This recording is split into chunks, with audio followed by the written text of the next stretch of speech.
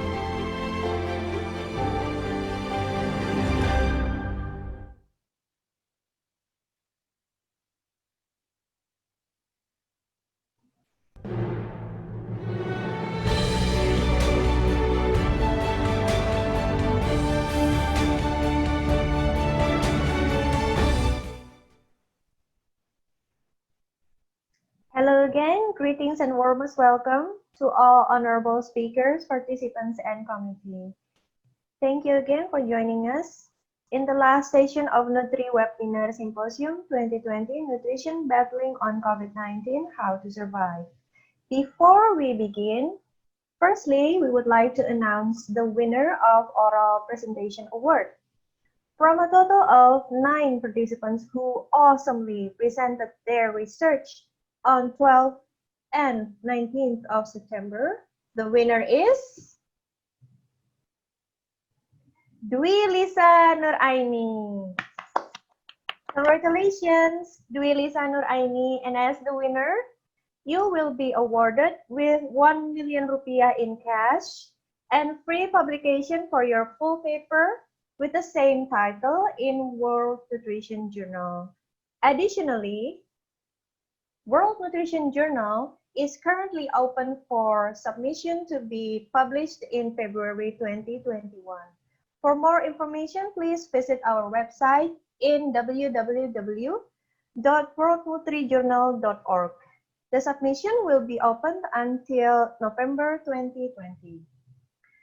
Next, in this last session, I would like to invite Dr. Dian Novita Chandra as our moderator. Dr. Dian Novita is a lecturer in Nutrition Department, Medical Faculty of Universitas Indonesia. She completed her PhD in Nutrition in year 2019 in Universitas Indonesia. She is also currently the head of Master Degree and Secretary of PhD Study Program in Nutrition in Universitas Indonesia. To Dr. Dian, the time and panels are yours. Thank you, Dr. Vitara. Hello, everyone. Good afternoon. We will have 2 outstanding speakers for the first session.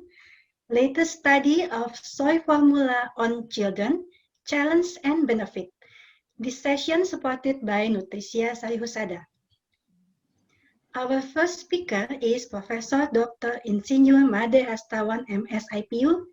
He is a senior lecturer and researcher at the Department of Food Science and Technology, Faculty of Agricultural Engineering and Technology, Bogor Agricultural University, Indonesia. Prof. Made will present the food technology to process plant-based food, soy protein isolate formula. Our second speaker for this session, who is no less astounding, is Professor Dr. Saptawati Bardosono, MSc, Medical Nutritionist Professor, Academic Staff Member in the Faculty of Medicine, Universitas Indonesia. Prof. Tati will present the soy isolate protein formula, challenge and benefit to support child's growth and development. Let me kindly inform both speakers that the time allotted for each topic in this session is 20 minutes. I will remind you if the time is up. To all participants during the session, if you have any question, please ask your question by writing it down in the chat or Q&A section. Let us welcome Prof. Made to present. Prof. Made, the time is yours. Thank you, Dr. Dian. First of all, I would like to thank the committee for inviting me to deliver a presentation. So I will share my presentation.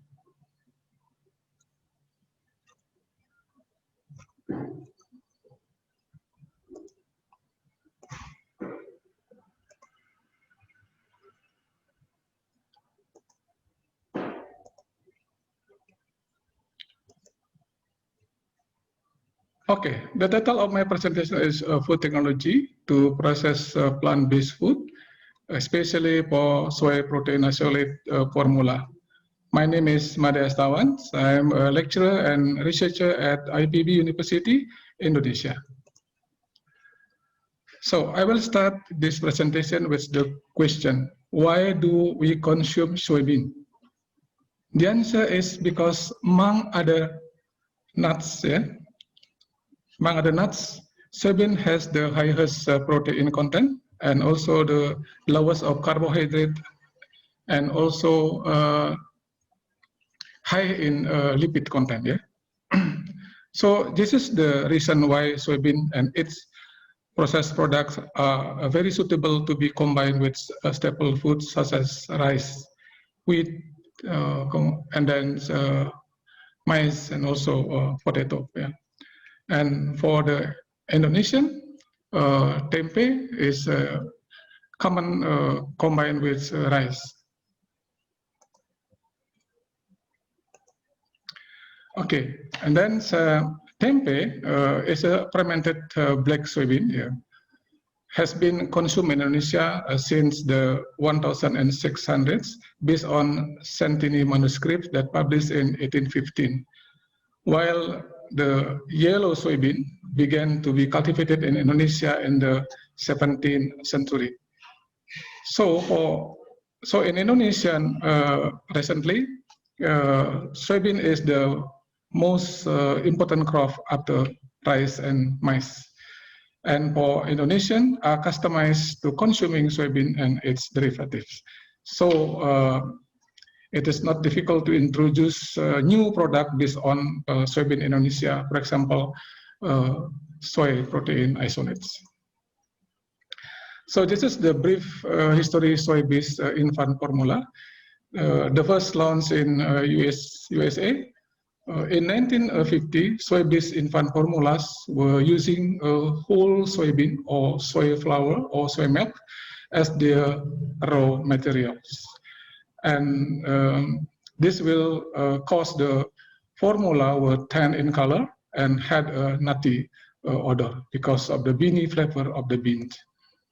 And then in 1960s, soy-based infant formula came up with soy protein isolates and almost completely replaced soy flour-based infant formula in USA in 1960s. Yeah. And this formula resulted less tan or brown color, and of course nearly odorless. Yeah. So infant or children like these products.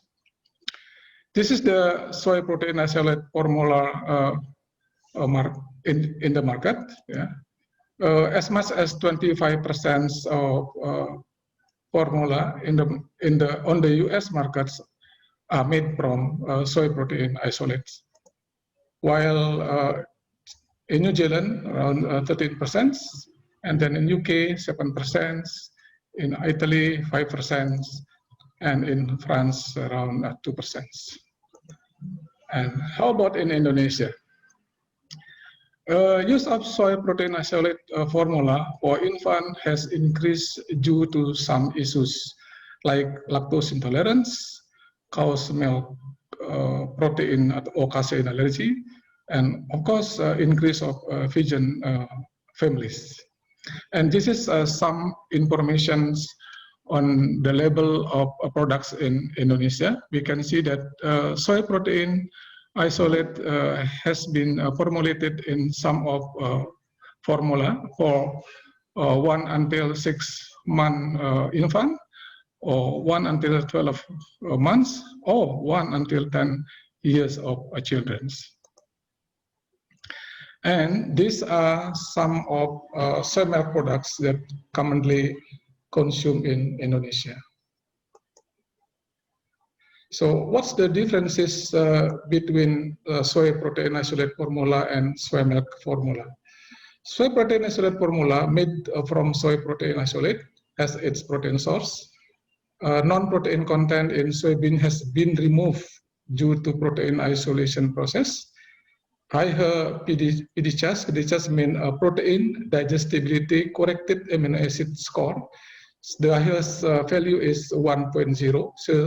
So the quality of this soy protein isolates is very high here. And then based on appearance, less tan, brown color, of course, natural odor. So very easy to application to apply to the sum of formula. Yeah? And this is the soy milk. Yeah, soy milk also made from a whole soybean as its protein source, contain more non-protein.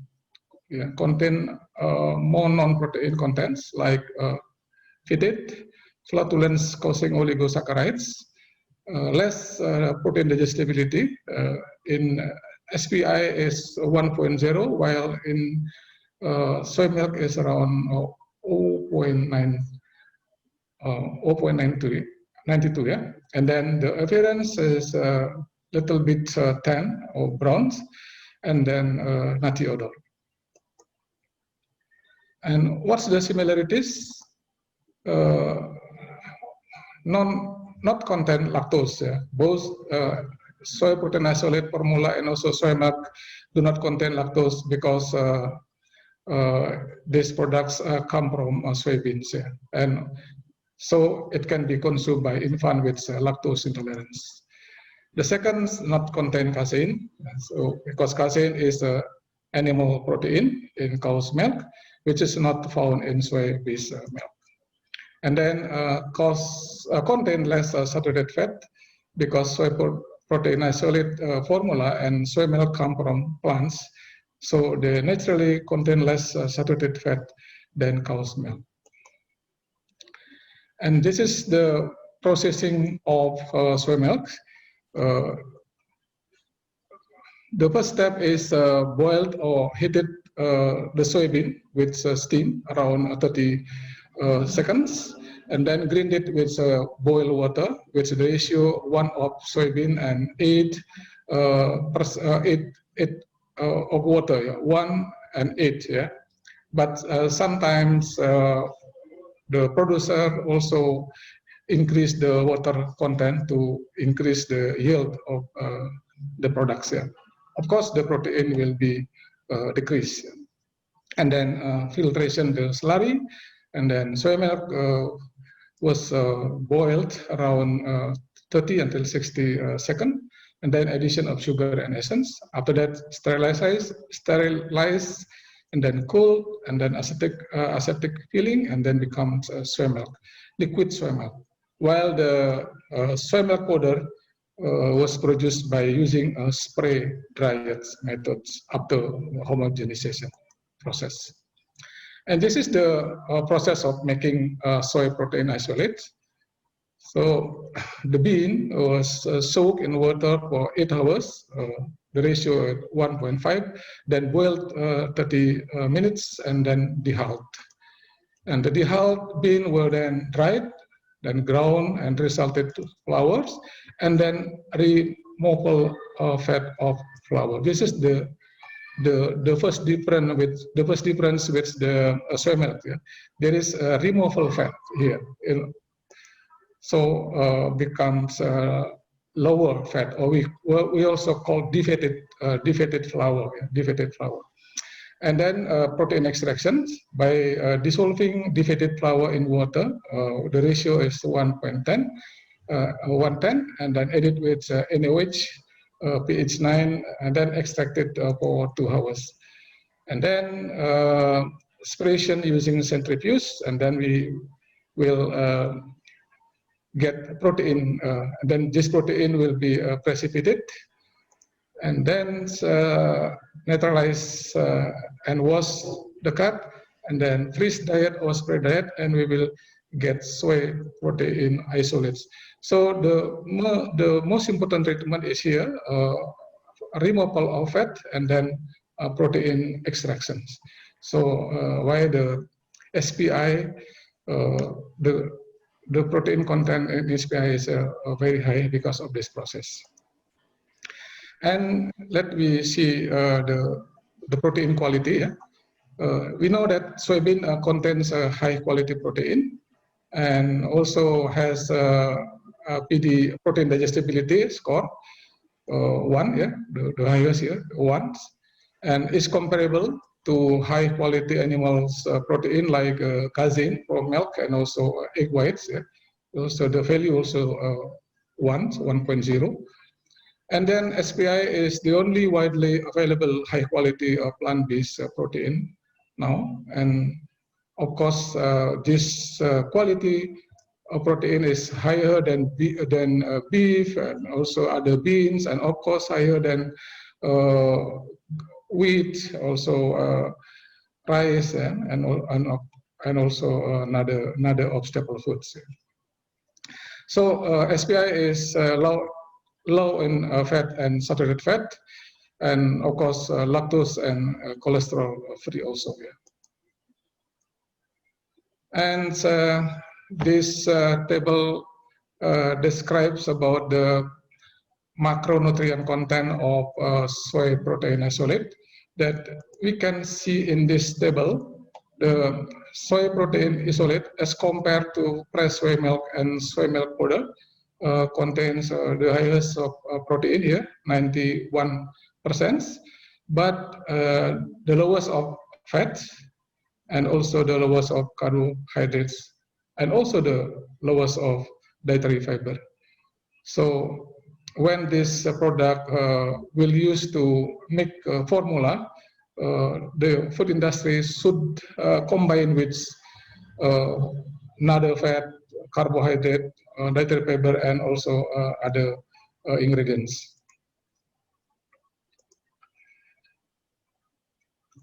Okay, let me see the impact of processing to phytochemical content of soy protein isolate.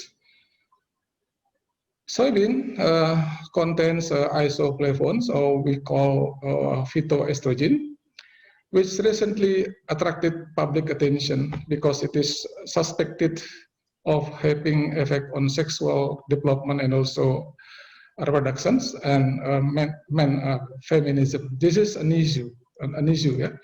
And then due to protein isolation process, 30% of the total isoflavone in the beans are lost in the insoluble fraction during the processing of SPI.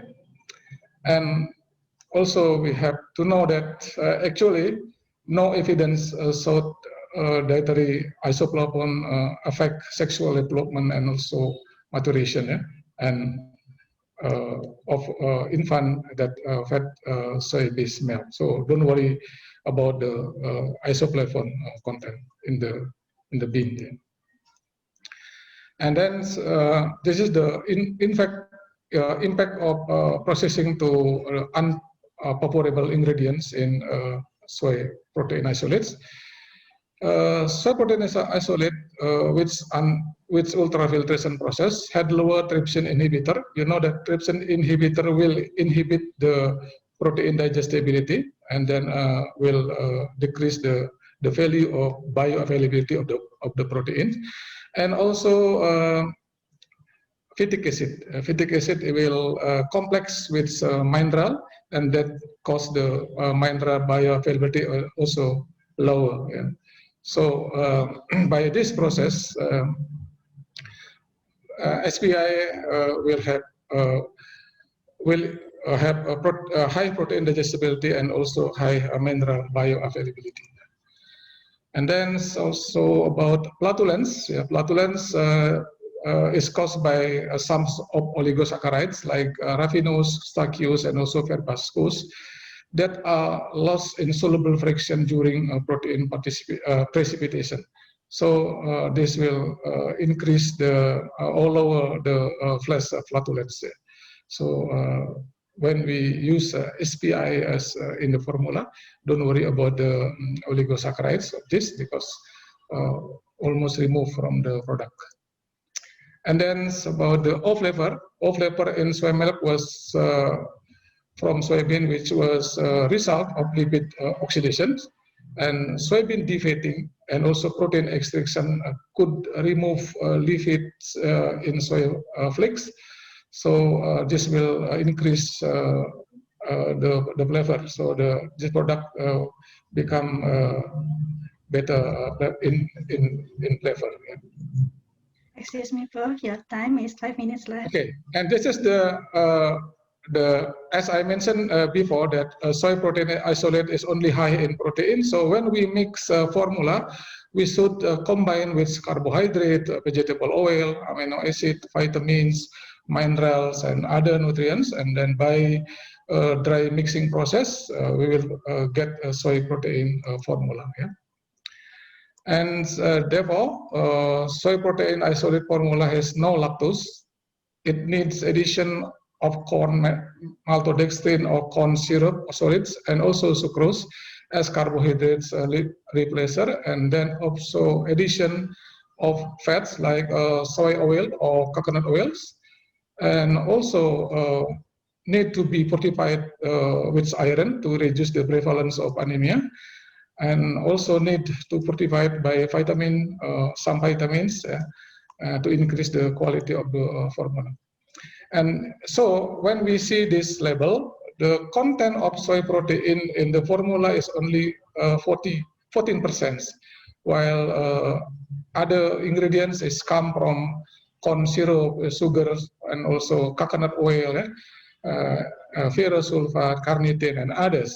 So many of ingredients should be combined in making formula, not only the isolate protein. Yeah. So this is my last presentation about the take-home message. Soy milk has long been the most widely consumed non-dairy milk worldwide. Soy protein isolate formula is different from soy milk. Soy protein isolate has high protein digestibility comparable with animal protein.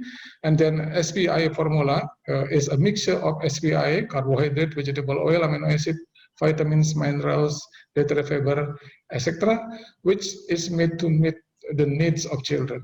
And then process stage, like heat treatment for inactivation of trypsin inhibitors, addition of methionine to improve protein quality, removal of dissolved carbohydrates to minimize abdominal bloating. Yeah? And then in general, it is designed as an alternative to cow's milk. And other targets of this product is for vegetarian families, lactose intolerance, galactosemia condition, cow's milk, protein allergy, etc. I think that's my presentation. Thank you for your attention. Thank you, Prof. Made, for the comprehensive presentation. Reminder to all participants during the session, if you have any question, please ask your question by writing it down in the chat or Q&A section. And now let us welcome Prof. Tati. Please, Prof. Tati, the time is yours.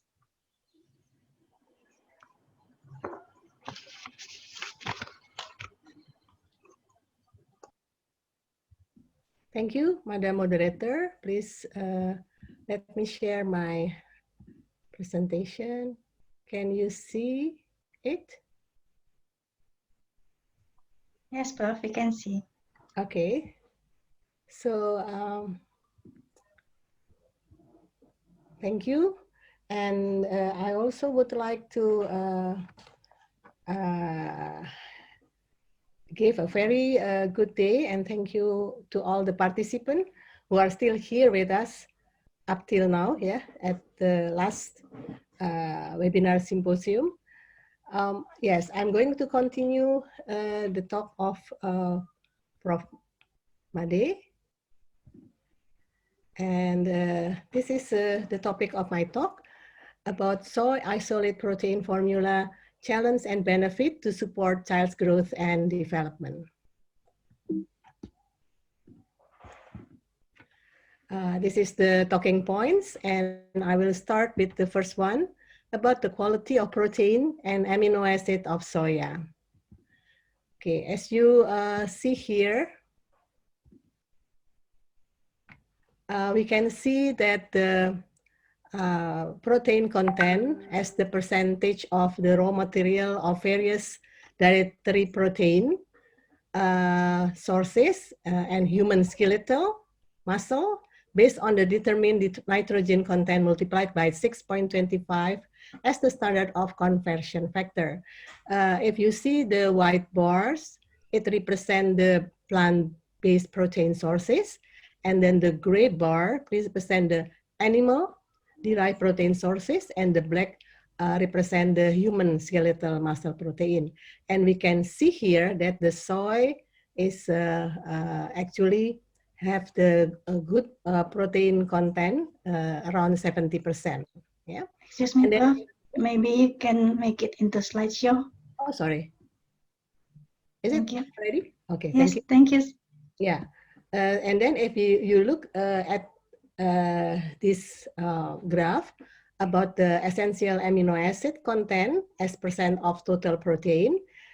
We can see various dietary protein sources, as I mentioned before, and we can see the soy, and then this is the dash line showing amino acid requirement for adults. So we can see that soy can fulfill the amino acid requirements for adults. Next is another figures on the several amino acid, and we can notice that soy actually can fulfill amino acids, several amino acids only. Among others are lysine, and then the threonine, and then phenylalanine, histidine, and also the lysine. Yeah, so it is a very good source of amino acid. Okay, next we can look at the indication of soya formula for health. First, the recommendation from American Academy of Pediatrics (AAP) on the soy protein-based formula. It is recommended in term infants whose nutritional needs are not being met from maternal breast milk or cow milk-based formula. Then isolated soy protein-based formula are safe and effective alternatives to provide appropriate nutrition for normal growth and development. And then isolated soy protein-based formula has no advantage over cow milk protein-based formula as supplement for the breastfed infant. And because soy protein-based formula are lactose-free, as mentioned by Professor Made, they are appropriate for use in infants with galactosemia and hereditary lactase deficiency. And also, parents seeking a vegetarian-based diet for a term infant can be advised to use isolated soy protein-based formula. And most previously, well, infants with acute gastroenteritis can be managed after rehydration with continued use of human breast milk or standard dilution of cow-based formula. The isolated soy protein-based formula are indicated when lactose intolerance has been documented. How about the routine use of the isolated soy protein-based formula? It has no proven value in the prevention and management of infantile colic and atopic disease in healthy or high-risk infants. Infants with documented cow milk protein-induced enteropathy or enterocolitis frequently are sensitive to soy protein and should not be given isolated soy protein-based formula routinely. And most infants with documented IgE-mediated allergy to cow milk protein will do well on isolated soy protein-based formula, but soy protein-based formula are not designed as or recommended for preterm infants who weigh less than 1,800 grams. Again, we would like to remind you that breastfeeding remains the first choice for infant feeding. And if you look at the health implication of soy infant formula, we can see here on the male piglets fed with breast milk, milk formula, and soy formula, we can see that the feeding soy formula to infants is shown to be efficacious for normal growth and development. And another study with objective to identify the nutritional and physiological effect of commercial soy and whey protein preparation among Western rats who are fed with soy and then with casein and the whey protein preparation as the sole dietary protein source, we can see that the whey diet elicited greater skeletal muscles anabolism than the soy diet, but rats with the soy group had the lowest values of body weight, fat, and lean body mass. And how about the gastrointestinal tract parameters in the rats fed with the experimental diets? We can see that actually in some parameters they are comparable. And again, in the aspect of bacterial counts in vesicle contents, it shows no differences in bifidobacterium and lactobacillus species counts in vesicle counts. And also, however, we can see differences in acetic acid. Yeah, the soy is higher in acetic acid, but lower in propionic acid profile as the percentage of short chain fatty acid of total. Okay, now soy isolate protein formula, can it be used beyond allergy indication? The use of soy infant formula are widely known for the treatment and management of cow milk protein allergy, galactosemia, and primary lactose deficiency, as I mentioned previously. The soy isolate protein has met nutritional need for term-born infants if breastfeeding is not possible and cow's milk formula is not tolerated. However, still, the debate about the safety issue and soy isolate protein is ranging from sexual development disorder, hypothyroidism, and low immune system, and also its correlation to soy isolate protein levels of aluminum, phytate, and isoflavone, as mentioned by Professor Made. And there is another study on the safety of soya-based infant formula in children, saying that there is no significant effect of soya on important reproductive function in human being. So there is no negative effect on that. And then infant fat soy isolate formula raised no clinical concern with respect to nutritional adequacy, sexual development, thyroid disease, immune function, or neurodevelopment. And soy isolate formula do not interfere with normal immune response. However, the U.S. Food and Drug Administration also approved that this formula to be safe for use in infants. Next is we can compare the isolate proteins of soy formula versus the cow's formula. Does soy milk contain the same protein as cow's milk? We can see that soy milk and cow's milk provide similar amount of protein.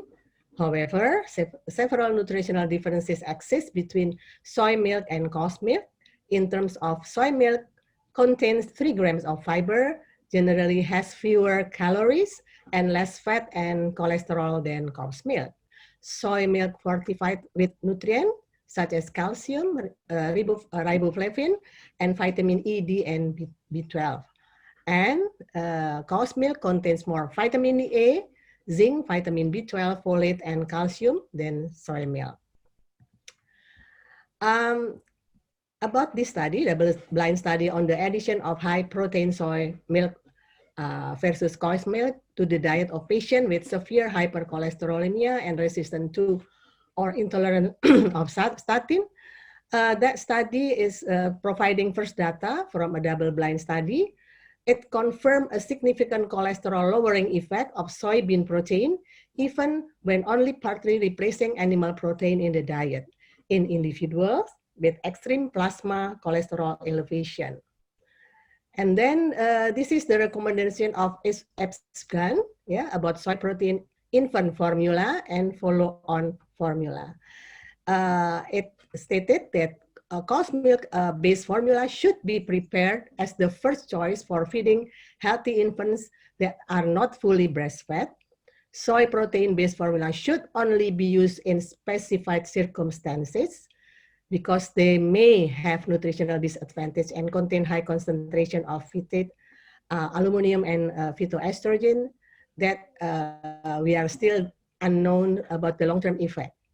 And indication of soy formula includes severe persistent lactose intolerance, galactosemia, religious, ethical, and other considerations that stipulate the avoidance of cow milk-based formula and treatment of some cases of cow's milk protein allergy.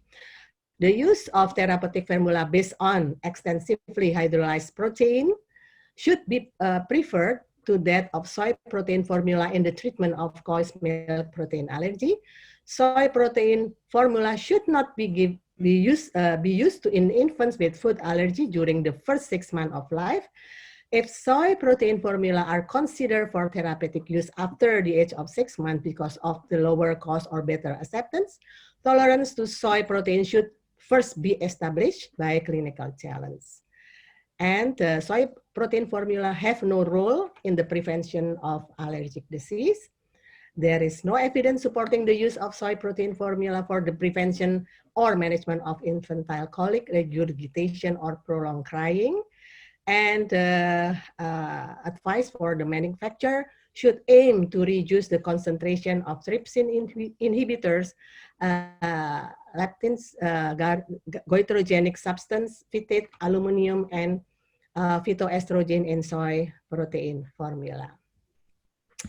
And how about the gastrointestinal digestion of dairy and soy protein and infant formula? A study found that dairy proteins to be first partially hydrolyzed by pepsin, following which they are further digested by proteases. A higher percentage of caseins in dairy infant formulation resulted in an increase in protein degradation to the ease of digestion of casein in the simulated duodenal phase.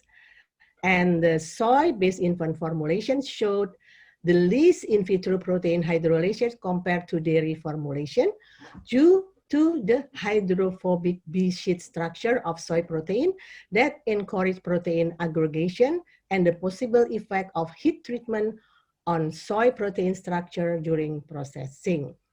And digestibility of soy protein considerably varies between products and between manufacturers. Last, let's talk about fiber as prebiotic. Prebiotic dietary fiber acts as carbon sources for primary and secondary fermentation pathways in the colon and support digestive health in many ways. We agree upon some prebiotics, namely FOS, fructooligosaccharides, inulin, and GOS, the galacto-oligosaccharides. And this is the several health effects of the prebiotic dietary fiber. First is increases the bifidobacteria and lactobacillus, production of beneficial metabolites, increase in calcium absorption, decrease in protein fermentation, decreases in pathogenic bacteria population, decreases in allergy race effect on gut barrier permeability, and improve immune system defense. And these are the prebiotic dietary fiber sources. Among others are beta-glucan, FOS, and GOS, and others.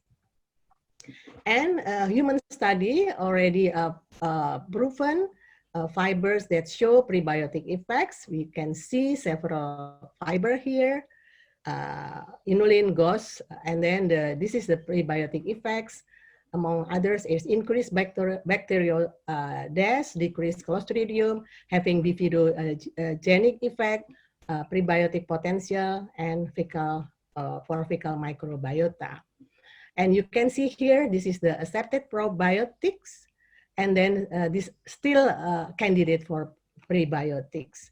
And then we have an added benefit of some fiber types, such as food components that are acceptance as prebiotic at present are the fiber types fructan, among others are FOS and inulin, and galactans, including GOS. And the isolated prebiotic can be used as functional food ingredients to aid product reformulation. And then recent data on the prebiotic contents of UK foods and current UK intakes are scarce, but average intakes are estimated to be around 4 grams of inulin, 4 grams of FOS, and 2 grams of GOS per day. Now focus on... Prof, your time is 5 minutes left. Okay, thank you. FOS and inulin are hydrolyzed to their respective sugar, then are fermented to short-chain fatty acid and biomass by the complex bacterial flora. Short-chain fatty acid are absorbed by the perfused human colon in a concentration-dependent manner and are the major respiratory fuels for colonocytes, supplying up to 60 and 70% of their energy needs. And the addition of FOS or inulin to the diet leads to an increase in bifidobacteria.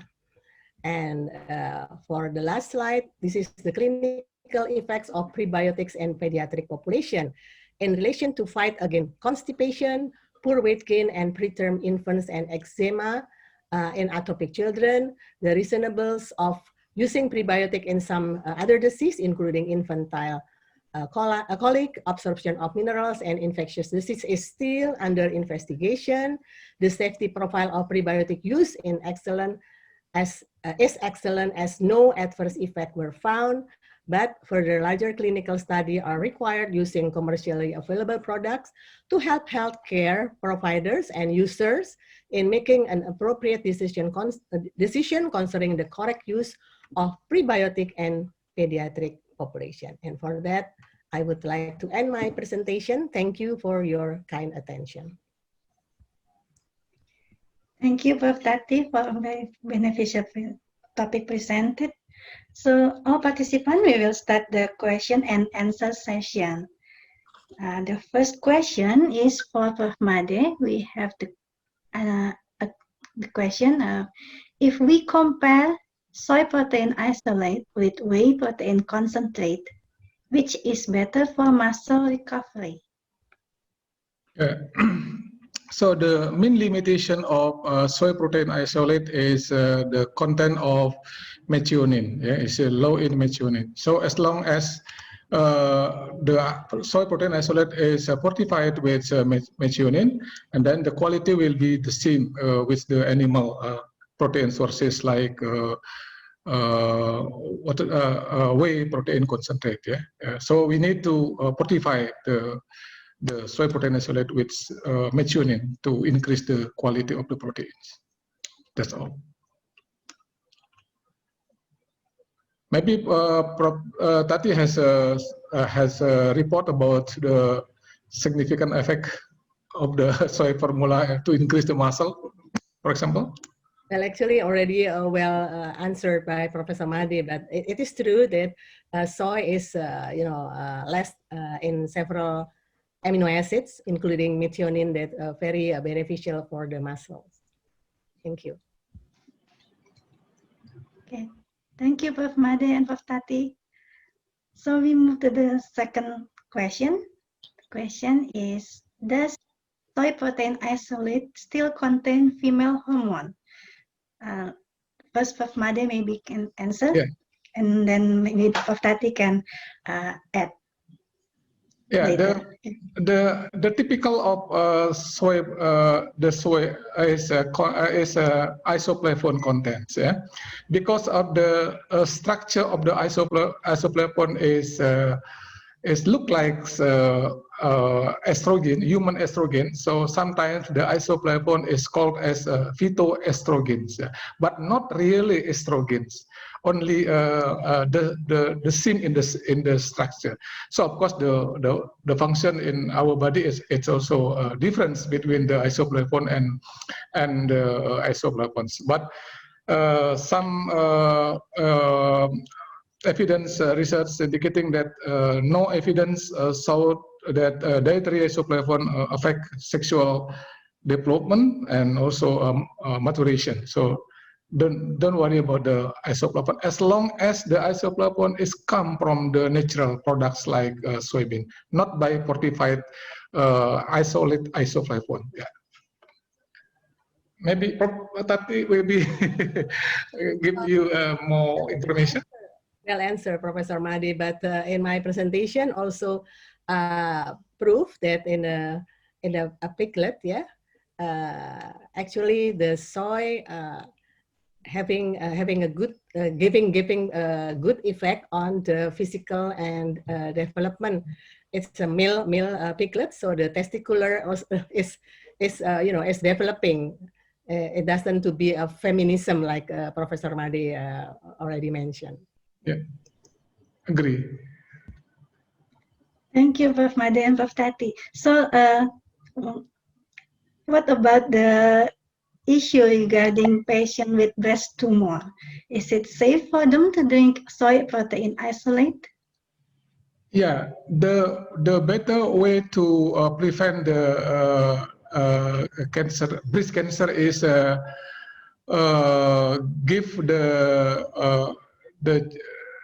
child as earlier as possible to one of portion size of soybean products, like maybe tempeh 50 gram, tofu 100 grams, edamame 50 grams, and others.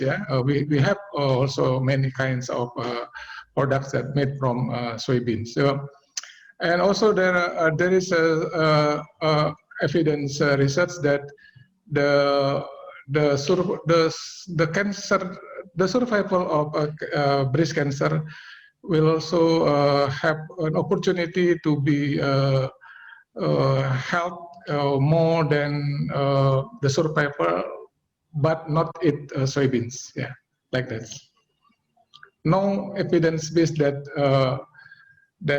soybean cause breast cancer, for example. Maybe Prof. Tati will add. Yeah, actually, if it is estrogen hormone itself, then it is negative for breast cancer. But as mentioned by Professor Made, phytoestrogen is not the real estrogen. It's coming from the plant, and usually we make use of this phytoestrogen, especially in tempeh, to fight against the menopausal syndrome and also several cancer like prostate cancer, etc. But actually, still not in human, still in an animal study. So, but this is proven that it doesn't affect the breast cancer. Thank you, Prof. So the next question is regarding the calcium content. The question is the product soy protein isolate fortified with calcium? Prof. Made. Yeah, it's need to fortify with calcium, of course, to make the same level with the animal sources. I think, yeah, I agree with it. Yeah, and also because of the fiber, the prebiotic role of this soy, then it will increase the absorption of calcium. Thank you, Prof. The next question is about the differences in cost between soy protein isolate and cow's meat. Because of the some of the lifestyle, for example, for the vegan, for the vegetarians. So nowadays, the soy protein isolate also as an ingredient to make meat analog, like sausage and others, meat analog that only containing soy protein isolate. Based on the cost, of course, the animal is higher cost than the plant sources. Like as in Indonesia, why some of protein and enzyme malnutrition is still happen in our population, because the animal source of protein is still in relatively the price is relatively higher than the plant sources. Thank you, Prof. Getting with the vegetarian that Prof also mentioned before. This is the question about how about the vegetarian that they only consume protein from plant or plant-based. Is it enough protein that they will get only from plant, or do we have to take supplement? Yeah, for the protein, it's okay for the protein, but please be careful for the vitamin B12 because the sources of vitamin B12 is animal. Yeah, so for the vegan, they need to consume supplement, especially vitamin B12. Yeah. Because mostly of vitamin B12 is come from animal. And Yeah, but- only tempeh that contain B12 a significant amount. Only the one of plant foods that containing significant amount of vitamin B12.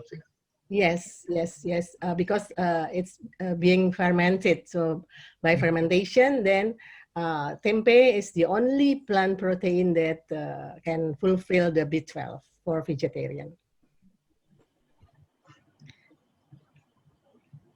Thank you, Prof. Made and Prof. Tati. So about the vegetarian, only have two questions about the vitamin B12. Yeah. Another question, Prof. What about panelist opinion regarding isoflavones in soy inhibit thyroid activity? Soy? Isoflavone inhibit thyroid activity, potentially causing goiters and other thyroid abnormalities. I don't have any data about this. Maybe Prof. Tati, do you know about this? Well, actually, it's still under investigated, yeah, because not 100% true that it is goitrogenic, because actually we don't eat soy as much as animal, for example, yeah, for their feed, yeah. So we only eat small amount. Then if it is a small amount, then the goitrogenic effect is less, of course. Okay, thank you to all participants. There's no other question. So we have to end this session. Thank you very much, Prof. Made and Prof. Tati, for sharing us the latest. Yeah, you being mute. Sorry, I got muted. Okay. Thank you, Prof. Made and Prof. Tati, for sharing us about the update of soy formula in children. Thank you, Prof. Tati. Thank you, Prof. Made. Yeah. See you again. Before we move to the next session, participants, we love to hear your feedback from this session. Please fill the survey from the link we have sent you on the webinar chat and WhatsApp group. Okay, already the link already attached in the webinar chat. Please fill the survey. Okay, thank you very much. And now,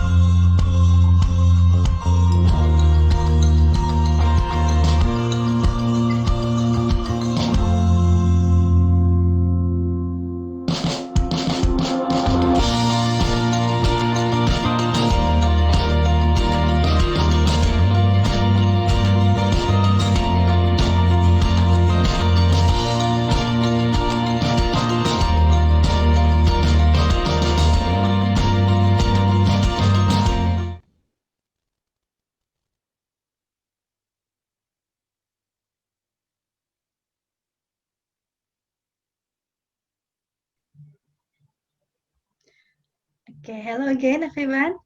So we will proceed to the next session. The session is community nutrition session. We are very lucky to have three amazing experts in this session. Because we have 3 experts, so the time allotted for each speaker is 15 minutes. And I will remind the speaker if the time is 5 minutes left. For the first speaker, once again, we will invite Professor Dr. Saptawati Bardosono, Master of Science, a medical nutritionist professor and academic staff member in the Faculty of Medicine, Universitas Indonesia. Prof. Tati will present fact and myth in COVID-19 related to nutrition. The second speaker for this session is Dr. Rachmad Wisnu Hidayat, sport medicine specialist, who will present sport challenge activity in the midst of COVID-19 pandemic. Besides active as medical staff at Utama Klinik Jakarta, Dr. Wisnu is also a lecturer in sports medicine specialist study program in Universitas Indonesia. And our last speaker for this community session is Imelda Angelus Agdeppa, PhD, from the Department of Science, Food and Nutrition Research Institute, the Philippines. She will present food and nutrition intake recommendation during COVID-19 pandemic in the Philippines. To all participants, don't forget to ask your question by writing it down in the chat or Q&A section during the session. Without further ado, let us welcome our first speaker for this session. Prof. Tati, the time is yours.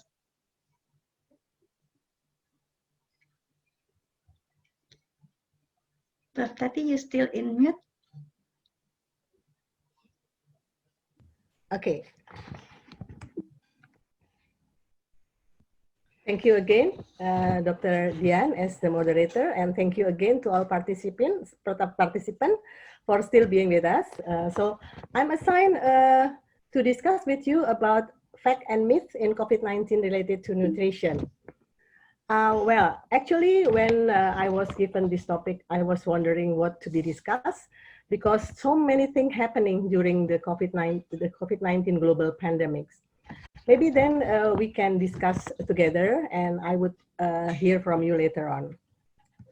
Okay, we realize that in any health crisis, actually will spawn in its own pandemic of misinformation.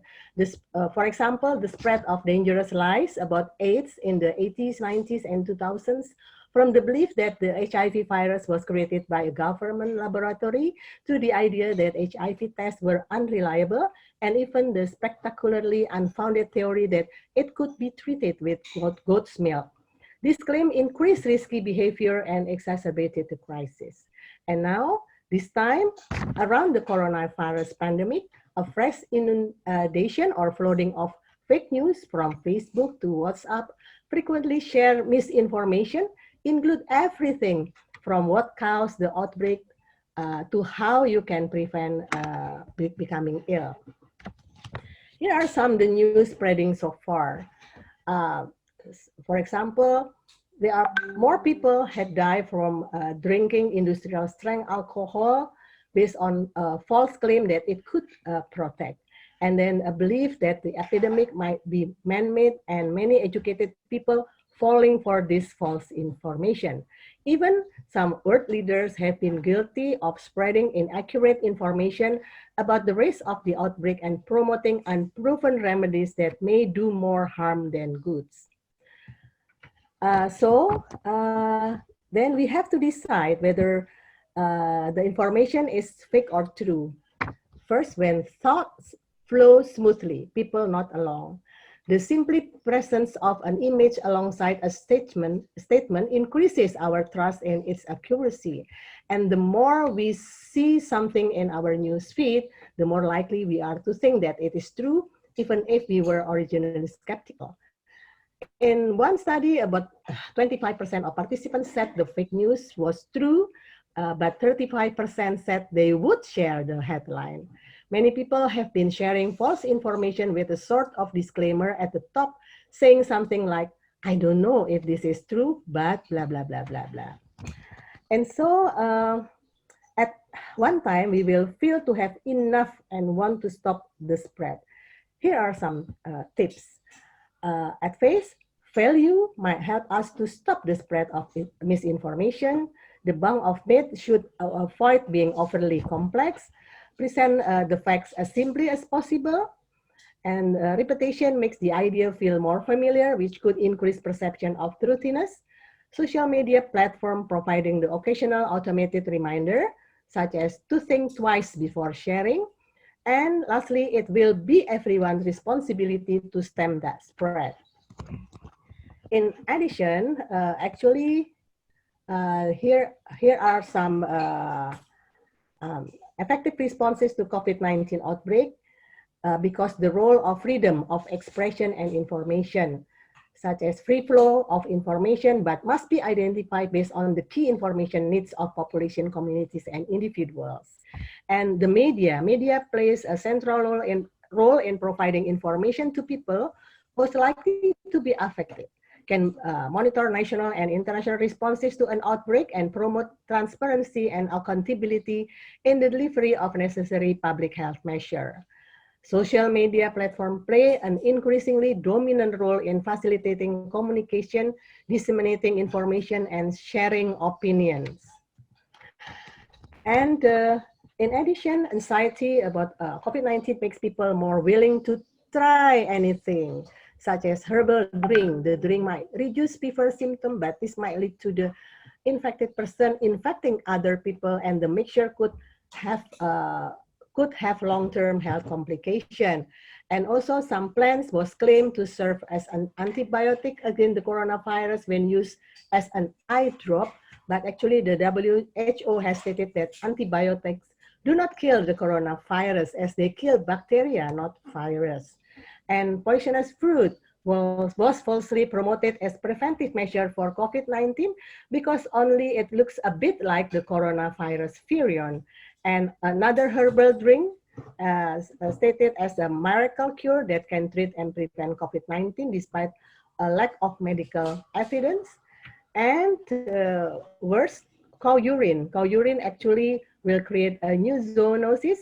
And for camel urine, actually it's already stated that should not be drunk. And again, there is also a suggestion to touch television as a means of vaccination by proxy. And along with that, there is Happy Science, a secretive pay to progress religion groups actually selling like spiritual vaccine to prevent and cure COVID-19.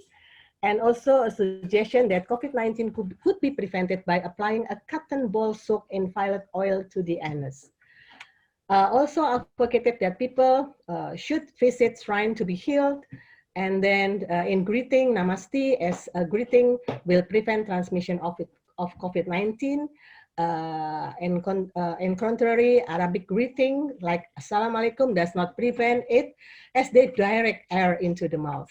And performing wudu 5 times a day will keep them protected from contracting COVID-19. Congregation prayer, shaking hands cannot infect anyone since it is sunnah. So coming to the food and drink, people say that drinking lemon and warm water has been claimed to prevent both COVID-19 and also cancer, but there is no evidence. Bananas were claimed to be able to strengthen the immune system and prevent and cure COVID-19. The claim was fake. Mango or durian will not cure COVID-19, and onions were rumored to be preventive measure against COVID-19. Herb and spices, garlic was said to prevent COVID-19, but actually there is no evidence. Hot peppers cannot prevent or cure COVID-19. Boiled ginger, there is no evidence that this prevents or cures any coronavirus infection. Turmeric to help prevent COVID-19, actually no evidence that it does. And again, another vegetable use in traditional medicine, and we have herbal product and essential oils fraudulently claimed to cure or prevent COVID-19, but actually there is no evidence, even by eating curry or rasam.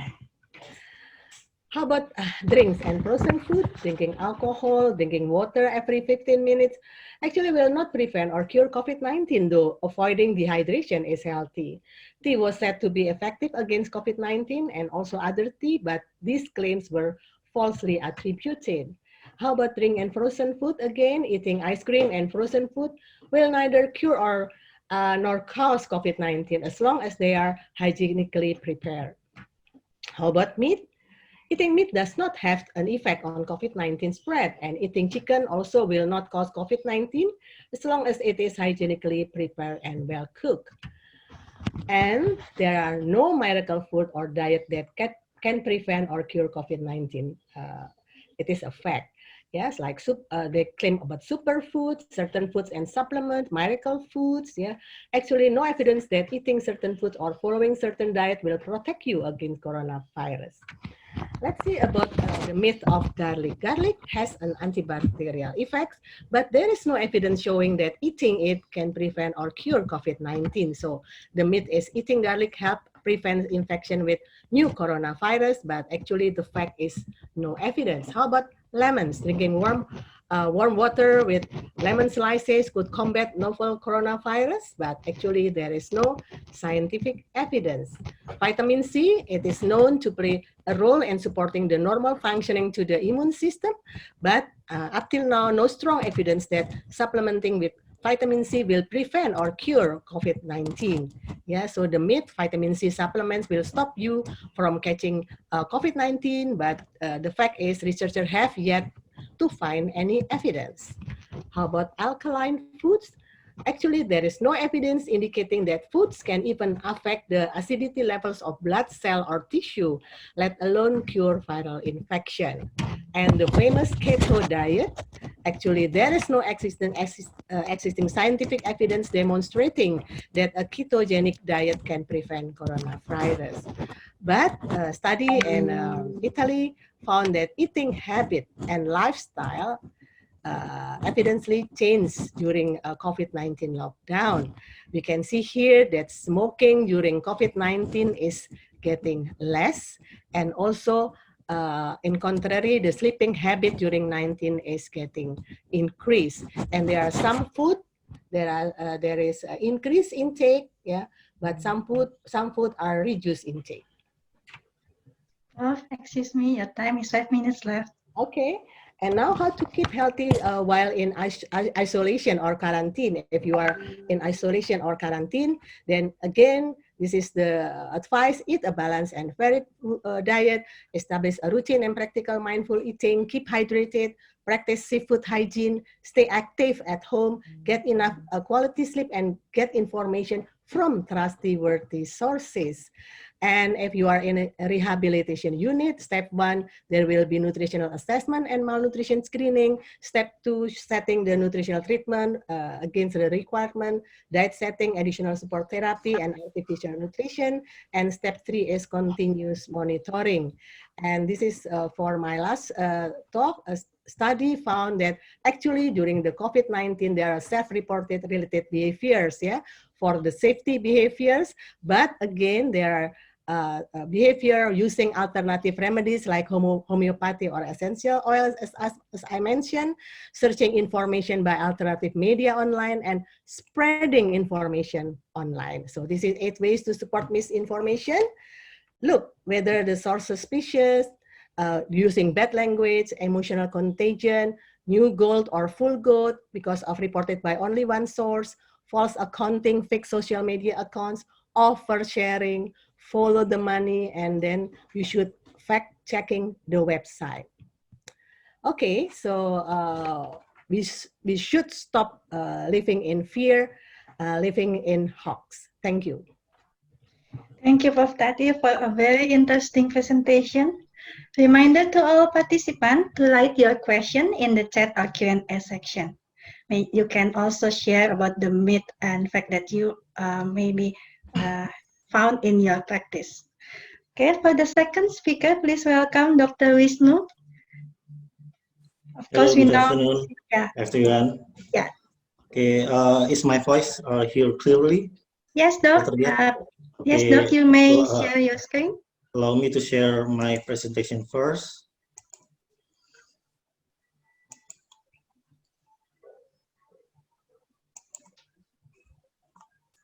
Okay, before that, I want to thank to the committee for inviting me to share in these occasions. So my duty is to deliver or sharing. I call it sharing about sport challenge activity in the midst of COVID-19 pandemics. Usually this topic is not for the first time I delivered, because in the previous webinar, we've a lot talk about how exercise or sport can be done in COVID-19 pandemic. This is only a short highlights that up until now, based on the WHO information, that Indonesia is still high in incidence of the COVID-19, with the highest patient is in province of Jakarta. And then I also want to remind to all of you that related to the exercise, we have to also to talk about another condition that we call it comorbidities of the COVID-19 infections. It also said that when you have obesity and then another comorbidities like diabetes mellitus, cardiovascular disease, or another hypertension, it makes you become a higher risk of severe COVID-19 infection, which is you may get into the ICU room or maybe critical ventilators. So we have to take care about this condition, what we call high risk condition or comorbidities for the infections. This is also stated in the WHO website for Indonesia, that obesity can increase 7-fold times to infect of COVID-19, severe COVID-19. Okay, I proceed to the effect of exercise. Maybe you, all of you, mostly all of you have known this also before, that this is the research, although the research is was done quite long, but it is mentioned exercise have the have effect of the infection tract infections. It is said if you do moderate exercise, moderate intensity exercise,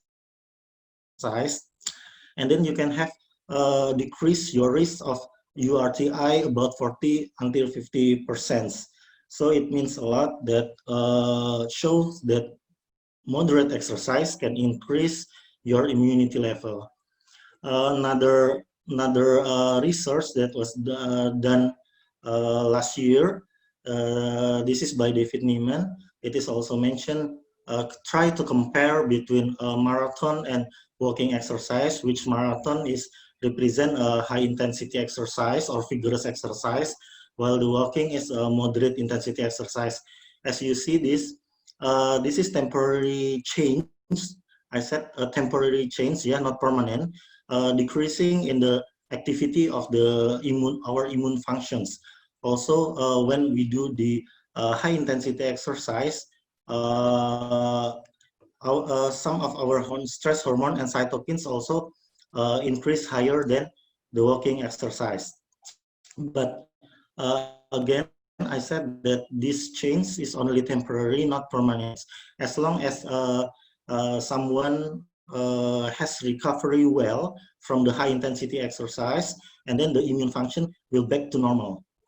This is also in the same research, that if you have higher fitness level and higher volume of exercise, you may decrease your days of urinary tract infections, upper respiratory tract infections, sorry, as much as 46% and 43% days. Yeah, so it means a lot for the our immunity, exercise for our immunity.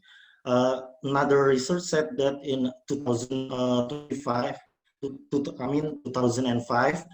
that the prolonged cycling of moderate intensity, please be careful with the intensity, moderate intensity, it said doesn't seem to alter the immune function, so it is quite safe. In this research, what it is said, prolonged cycling is about 4 hours. But I believe later in my sharing, the recommendation of exercise is not. This is only the summary, the exercise immunology. You can read it later, because this slide you can have it all. How about the recommendation of exercise during pandemics from WHO and ACSM, American College of Sport Medicine, which we here in Indonesia Indonesia Sport Medicine Association, we have a lot reference from WHO ACSM. It is said that everyone should be active. This preferably active at home, yeah, not outside the house, because it will increase you to be infected by COVID-19. It said that for adult over 18 years old, you recommend to do 150 minutes of moderate intensity physical exercise, or at least 75 minutes of vigorous intensity exercise. But later the difference, the exercise done is only the place. Actually, it's only the place, because if we look at the recommendation, it is usually general recommendation that that has been stated before the pandemics. These pandemics, yeah. This is from the American College of Sport Medicine.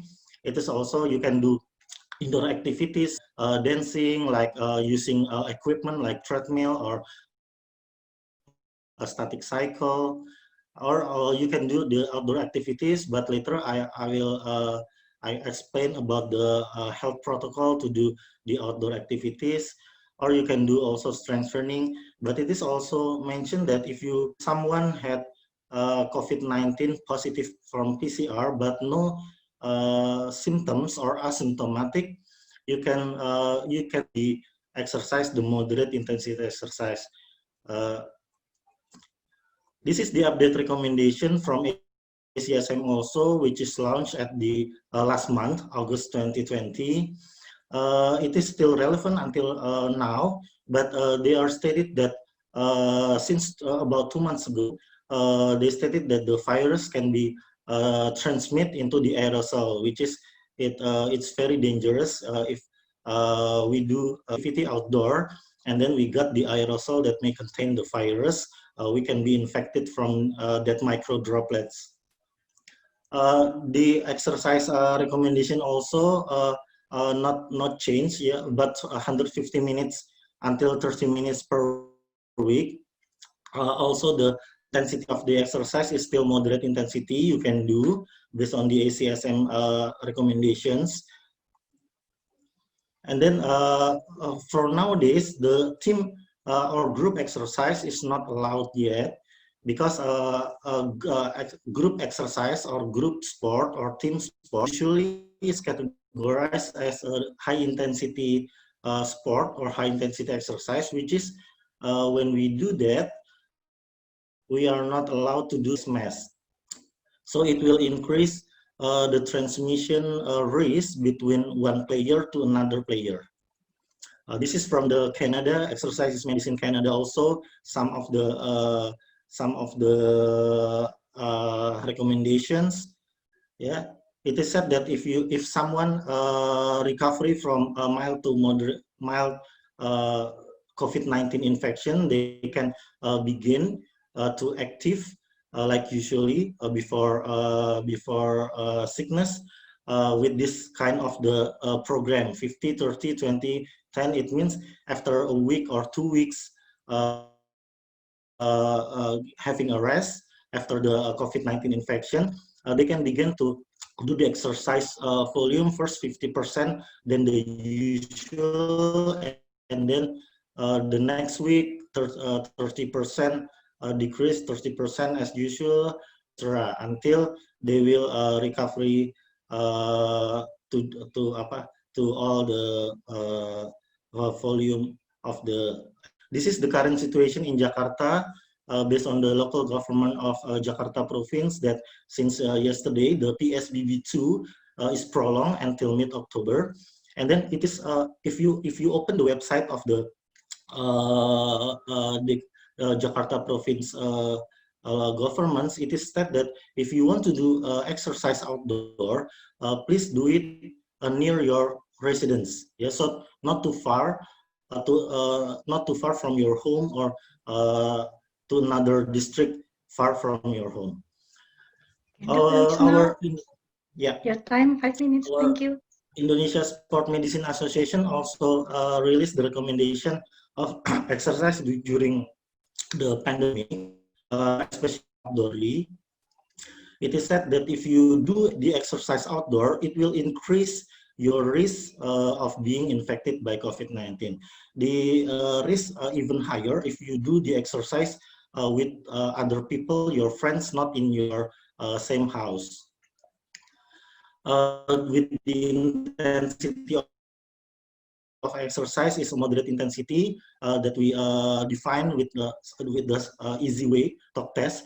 So while you exercise, you can talk, small talk, but not sing. Yeah, you can talk small talks, but not sing.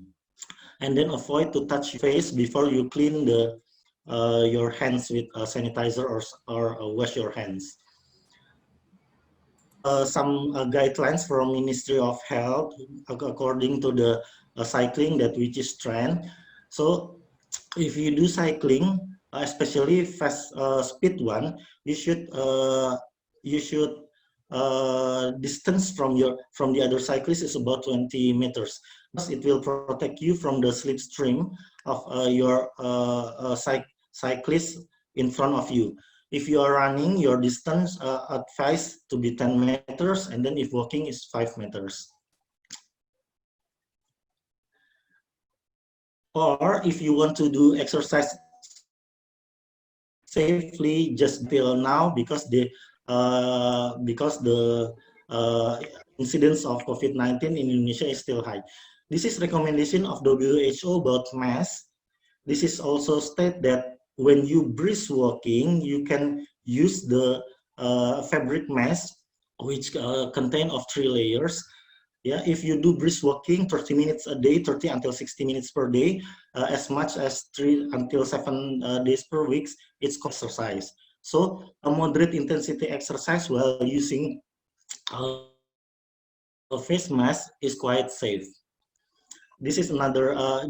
Some research is state that the conclusion that if social exercise wants to do exercise safely with mask, so you can choose the intensity to be moderate, not vigorous one or heavy one.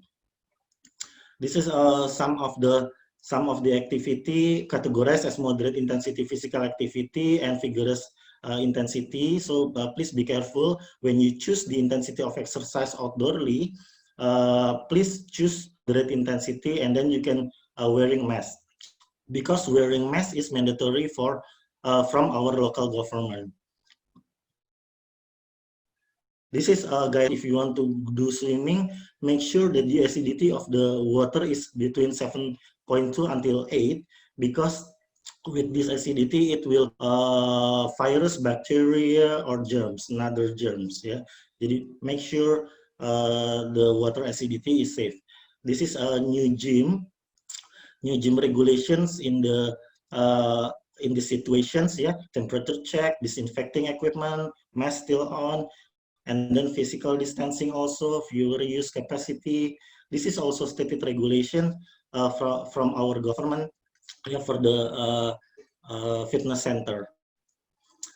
This is for the person with the chronic degenerative disease, as I mentioned before in my previous slide. It is said if you have chronic illnesses or your age is above 60, Ministry of Health suggests you to exercise at home. Yeah, this is quite beautiful infographics that you can read. You can open on the website of Ministry of Health. Yeah, this is for the children. Based on the Indonesian Pediatric Association, up until now, children above 9 or 10 years old not recommended to broad to the amusement park, to the local park, crowded place, etc. Yeah, so please do it the activity at home. Yeah, you can do traditional playing games, dancing, exercise with parents, etc. This is a kind of, this is in Bahasa Indonesia, I'm sorry.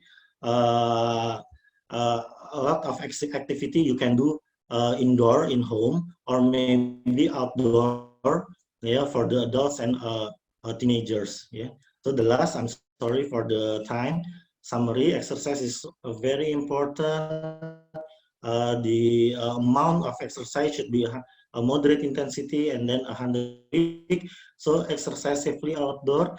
For the safely exercise outdoor, you should do exercise on city and then be disciplined to health protocol because it is mandatory from our government. Yeah, it's mandatory from our government.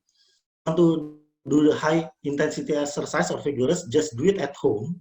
Yeah, and then high risk individual exercise at home also, or if you want to do outdoor, using surgical masks for high risk individual. Thank you for the moderator. Thank you, Dr. Wisnu, for the very beneficial presentation. So last but not least for this session, we will invite Dr. Imelda from the Philippines. Dr. Imelda, the time is yours. Yes, good afternoon. Sorry for the delay in this presentation. Yes, may I now have the permission to share the screen? Yes. Mia, are you going to share my screen or I'll just be the one to share my screen? We can share you the screen. Yeah, okay, thank you. Please, Thank you.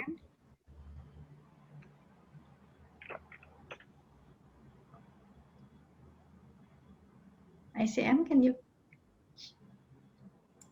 Or let me try if I can do it myself. Do we have?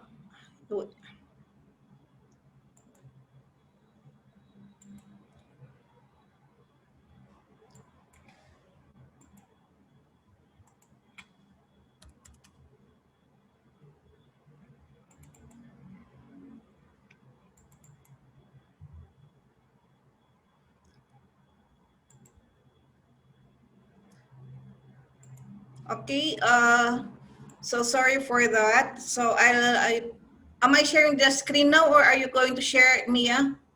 Because, hello? Yeah, I'm going to. Are you share the going to screen. share it? Yeah. Yes. Okay, okay. Oh. So, Wait. okay. Are you done?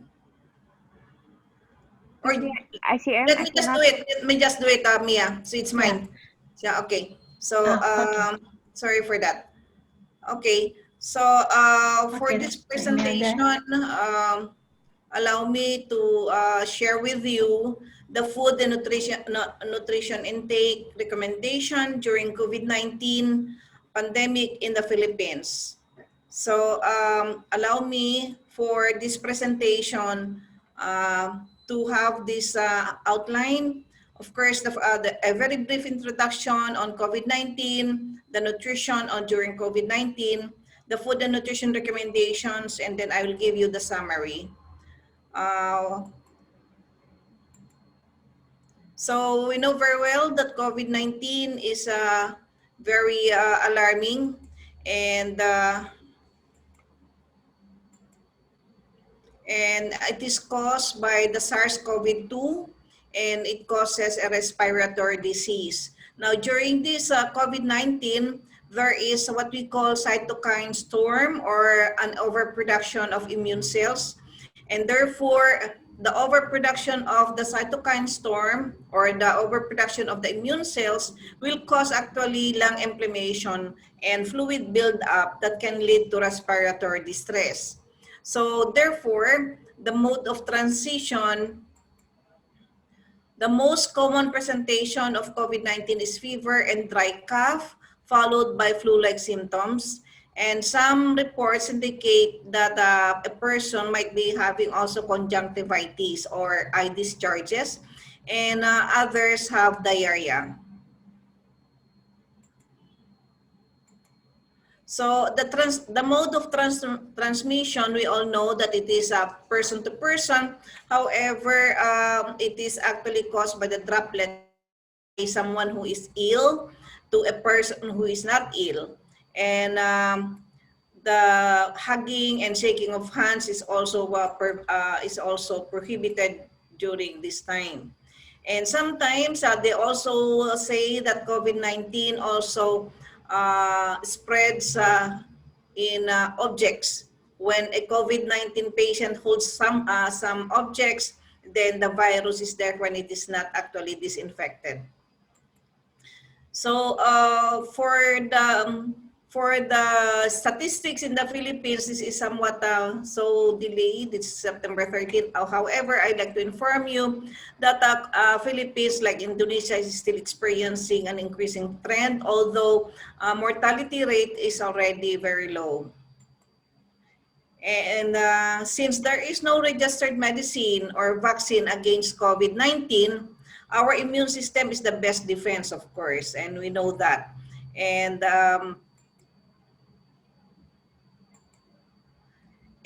the immunity strengthening strategies, you have just heard exercise regularly. This was well elaborated by the previous presenter. And then we have to eat a healthy, balanced diet. We have to maintain healthy weight, get quality of sleep, reduce stress, better quit smoking, and drink alcohol only in moderation, and take steps to prevent infection, that is actually hand washing, social distancing, and wearing of masks. And actually, SPEN was the first one who actually released the guidelines to manage COVID-19, and they have 10 practical recommendations. So you can easily download this. So in order for me not to dwell much on this, I just like to tell you that SPEN has these guidelines. And so these are the 10 guidelines. Of course, they are actually recommending also the intake of vitamins and minerals, continue regular physical activity, and oral nutrition supplements for actually cases suffering, those who cannot eat orally. And also for those who are in the ICU and not reaching the energy target with an oral diet, oral nutrition supplements is really recommended. Then you have to do enteral feeding if it cannot actually be done by oral feeding.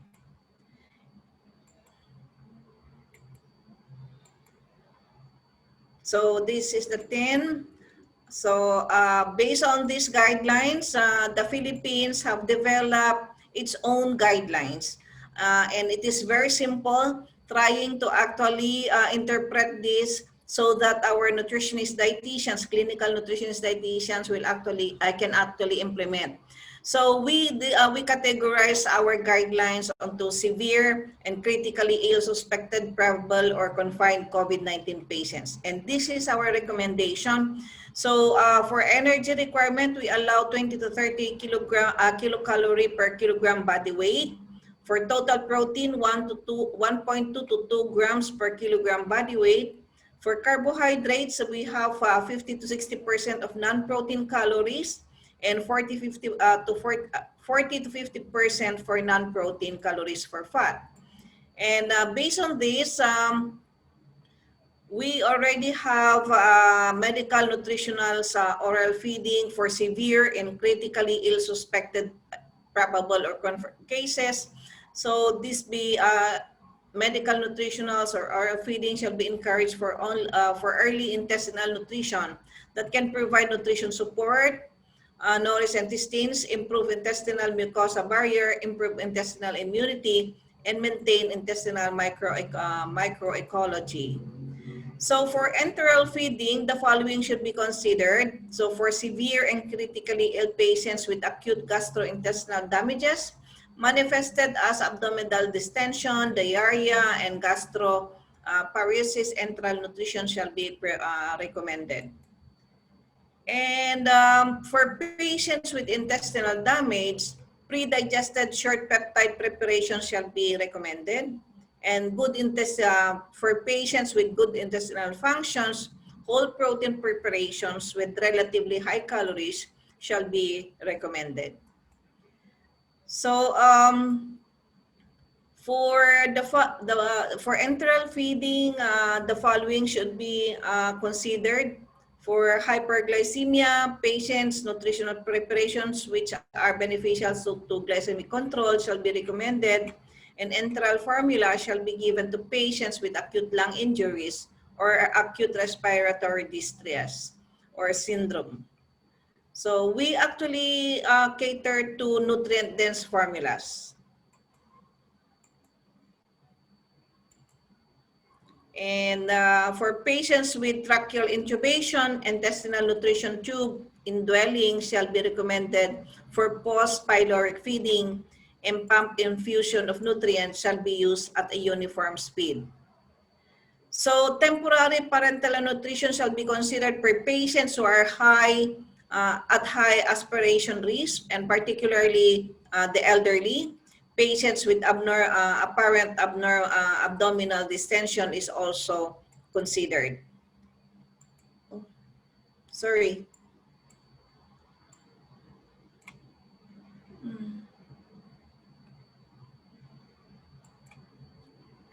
So can you see the screen now? Hello? Hello? Yes. Yeah, so you can see the screen. So Yes. Yes, okay. you may. Okay, the standard calorie content of food served per day shall be 1,800 kilocalories. Yes. The following serving portions per meal shall apply. So rice and alternatives, we have optional, as patients already have the respiratory problems. And then vegetable dish, we have 1/2 cup or containing about 100 grams. For protein, preferably plant-based sources, meat, fish, and poultry. And this actually caters to 8 servings per kilo to 1,000 out to 125 gram raw weight. And for dessert, we just give 1 piece, preferably fresh fruit and vegetable water. For beverage, we have water, fresh fruit juice, or smoothies. And we have to actually limit the excessive use of salt, oil, and other condiments. And we recommend also physical activity. So all COVID-19 patients with comorbidity shall be managed in accordance with the needs and demands of the patient's condition. And of course, with all those kind of restrictions on salt for those who have heart disease, and of course for patients with other comorbidities are managed properly. So for patients needing renal care, dietary management should be based on nutritional assessment of the patient and on doctor's prescription. So for the fluid intake, we have this recommendation. So you can see that there is a difference between infants and adults recommendation. So however, fluid restriction may be required for some patients to prevent edema in lung tissue, whereas others may become dehydrated due to diuretic therapy. So a low fluid intake is actually considered in this kind of condition. So the hospital nutritionist dietitian shall take charge in providing also food for the workforce. So we don't only cater, the guidelines does not only cater to patients, but it also caters to our medical and hospital workforce. So during the pandemic, especially during the lockdown, our nutritionists also cater to the needs of our medical workforce. So some are actually donated, and we propose for a 2-week cycle menu for all those kind of donations.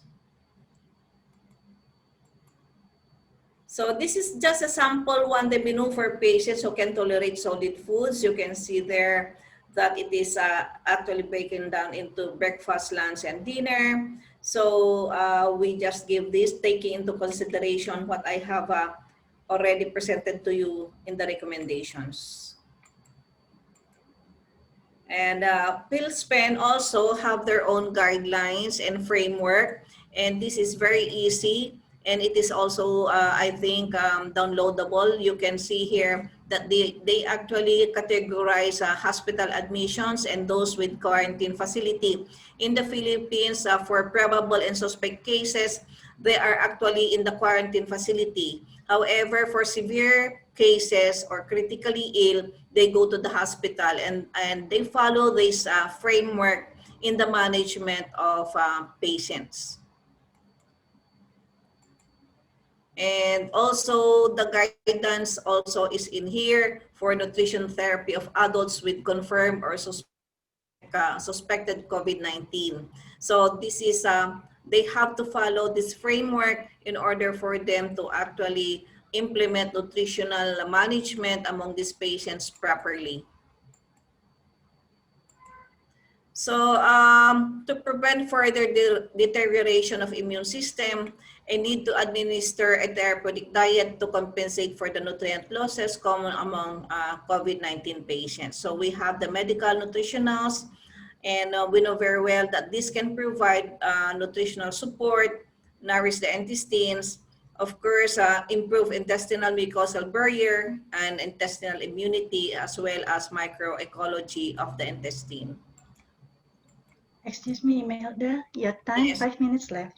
Yes, so this is actually the protein, the recommended dietary reference of the Philippines. And we know very well that COVID-19 and nutrition, we must have to actually promote moderation, variety, and balance. And there are really a lot of guidelines that have been, or tools that have been used for nutritionist dietitians to guide them in their planning. And we have the My Plate here in the Philippines. And these are the different nutrients that are actually recommended to boost the immune response. And of course, also the nutrient-dense diet along with regular physical activity and adequate sleep, as I have told you a while ago, is actually recommended. And of course, we know very well the basics, the functions of key nutrients like carbohydrates and proteins and fats. So I will skip this since we are now on having these basic requirements. No? So vitamin A, I'm now presenting to you the immune booster nutrients. That's actually the vitamin A, the E, C, and beta-carotene. And the vitamin D was very popular during the COVID-19. They always say that you have to go out to get the sunlight because this improves immunity, including also the taking of B vitamins sources. And folate also is actually very important for us. We know how folate works. Zinc, there is a new publication about zinc and COVID-19, and it says there that zinc is actually one of the nutrients that can actually prevent us from COVID-19 because of improved immunity. And also selenium and the probiotics. So for other nutrients like the bioflavonoids, because of their very strong antioxidant, has the antiviral properties, and also the resveratrol.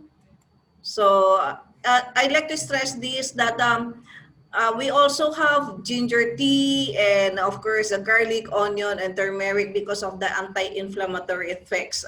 So this is actually included in our guideline to actually introduce also. And for COVID-19 suspect and probable cases, we are now undergoing research on virgin coconut oil. And in summary, we like to say that the key to sustaining good immune system is to eat foods in right amount, which is also rich in vitamins and minerals to prevent deficiencies. These nutrients play a vital role in the body's ability to fight and prevent and recover from infections. So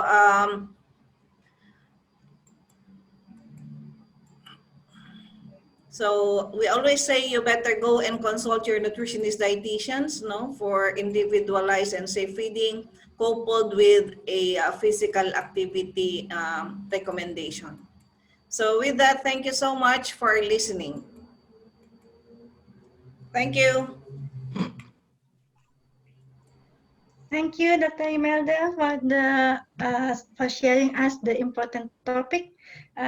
For the next 15 minutes is the question and answer session. There are already several questions submitted and we will be selected. So the first question is for Prof. Tati. Prof. Tati, there's the question that about drinking warm water with diluted eucalyptus oil, is it beneficial? And I believe this question also correlate with this, that what about people who drink mixed herb or jamu like red ginger, temulawak? Does it have any effect for enhancing immunity? And there are some COVID-19 patients who drink eucalyptus oil. Thank you, Dr. Dian, for the question. Yes, eucalyptus oil actually used locally to make your body warm, yeah, rubbing for colds, yeah, and then cough and flu. It's good for asthma, bronchitis, yeah, but it should be used for rubbing, yeah. But if you want to dilute the eucalyptus oil in a glass of drinking water, it is still safe to be consumed. But what is the benefit? We still do not know. Yeah, so we still have to study, and then there is no evidence on the benefit to drink the diluted eucalyptus for fighting the COVID-19. Yeah, and also for the herbs, yeah, also actually it will make our body feel fresh, yeah, but there is no proof that it can prevent or cure coronavirus infection. Thank you, Prof. Tati. Maybe Dr. Imelda can also add about this question about the thank you. I actually agree with Dr. Tati. Since these are not actually well founded by science, then we just tried because it has been already effective in other kind of illnesses like sore throat and so on. And one of the symptoms of COVID-19 is having sore throat.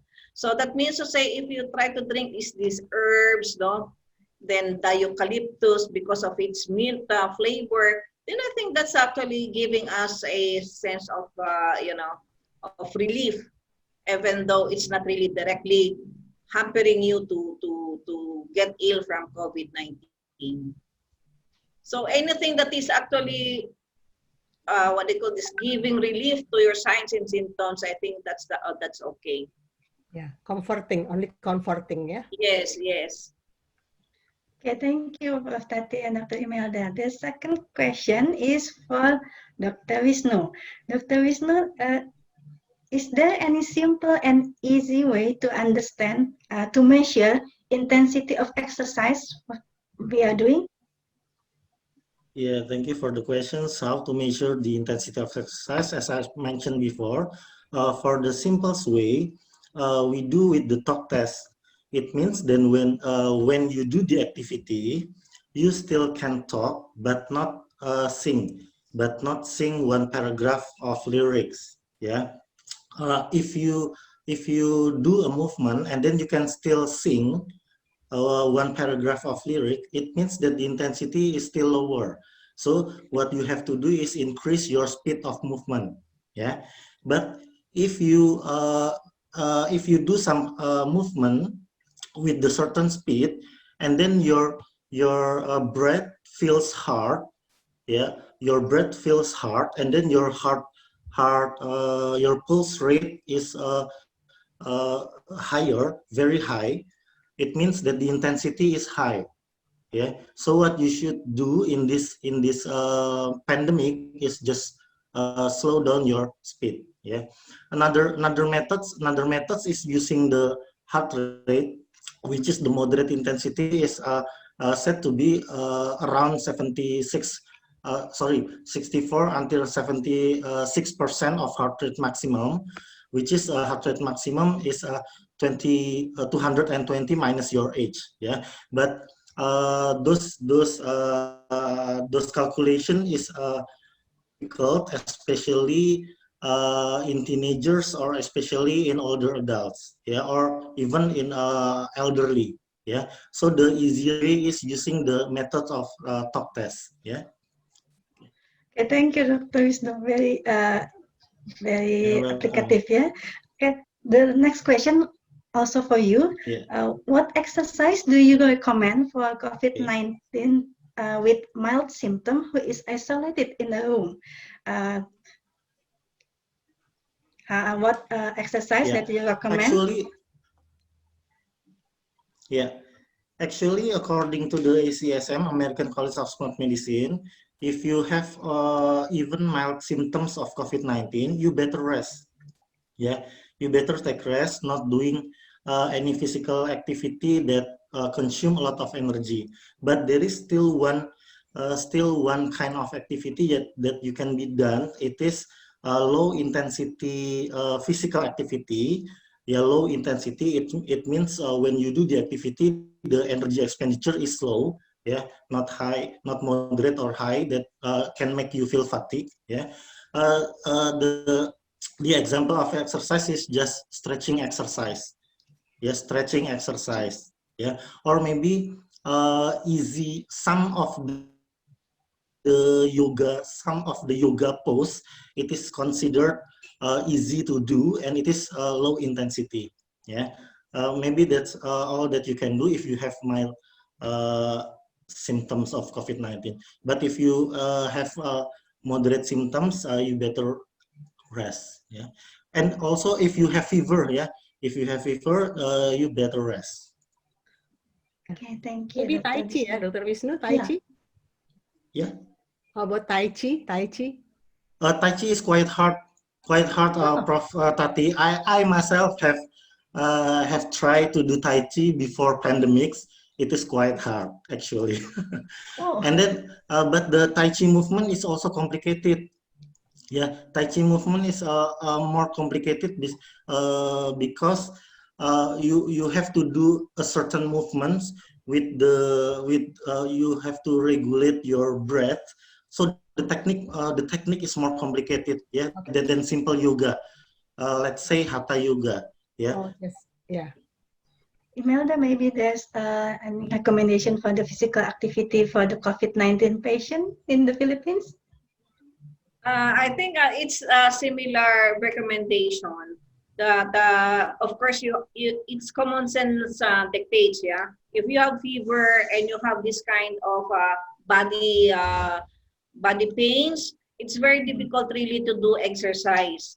So yes, I agree with Dr. Rachmad. You can just do stretching or just saying like for example swinging your finger your hands, because that will also actually circulate, try to facilitate the circulation of blood.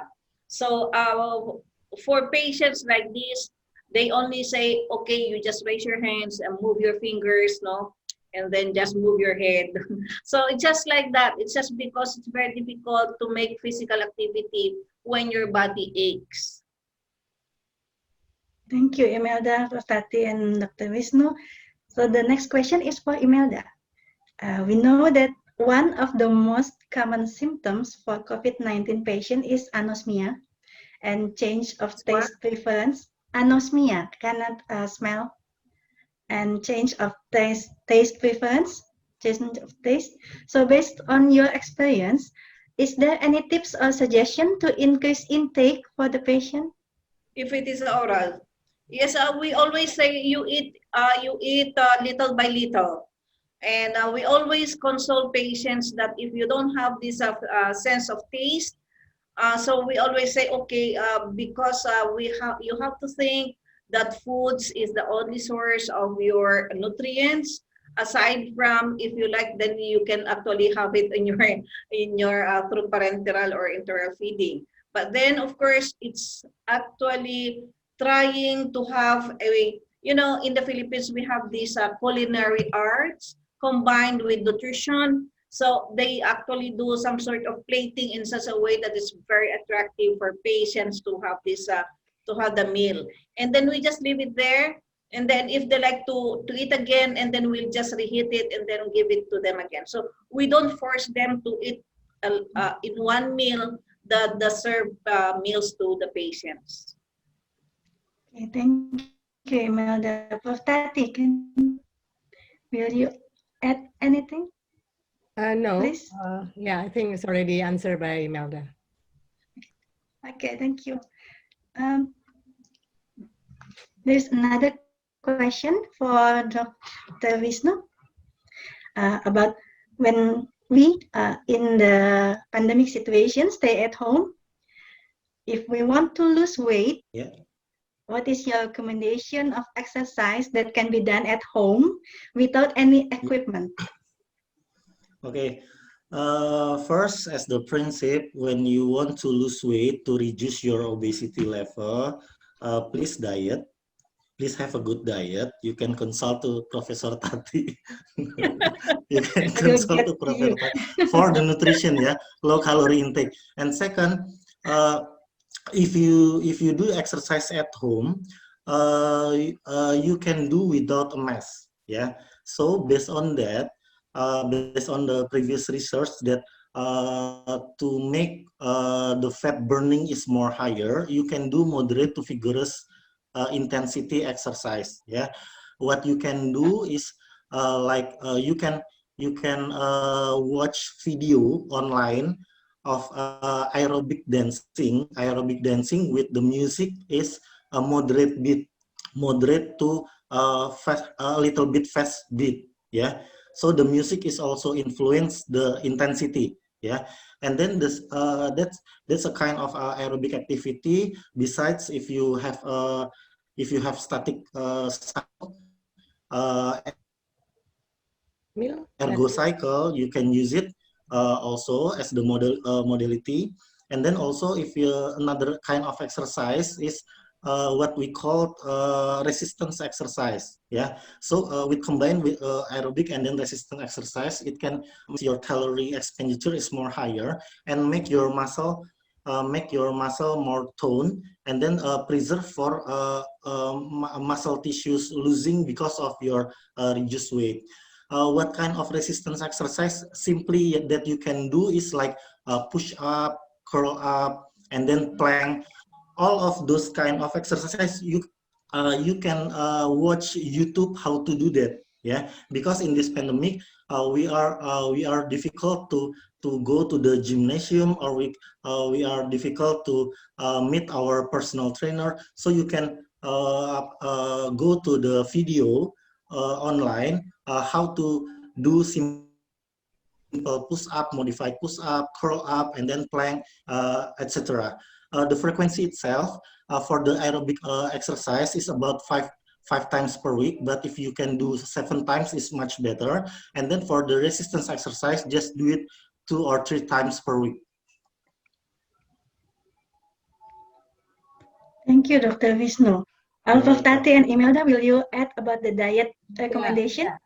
Yeah, I'm glad for that losing weight in this the pandemic. first is diet. Yeah, actually, it's you can count by reducing the calorie. Then you can also predict how many kilogram of your body weight will be reduced in a week or in a month. Yeah, but then again, for the muscle strength and for the muscles, we cannot just do diet, but we have to combine with exercise. I agree with you, Dr. Wisnu.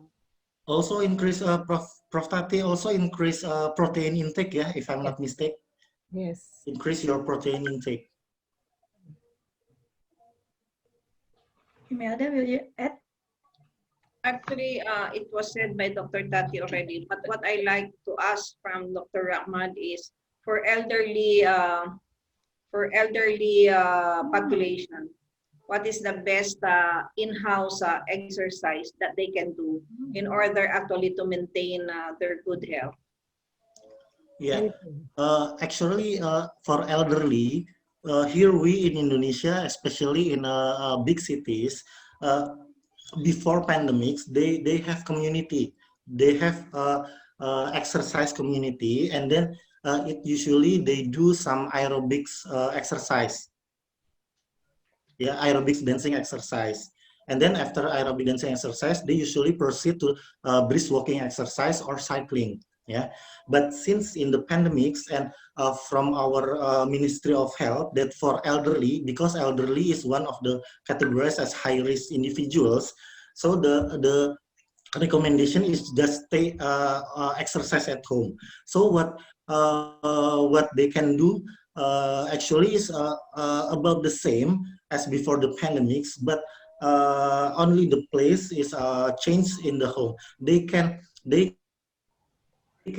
actually make a video call with their peers, so they can do exercise together with their groups by online, by live, by using video conference, yeah, applications, yeah, or maybe if they have let's say static cycling, ergo cycle, they can do that, yeah. And then the other kind of exercise that very important to the elderly is stretching exercise and then neuromotor exercise, yeah.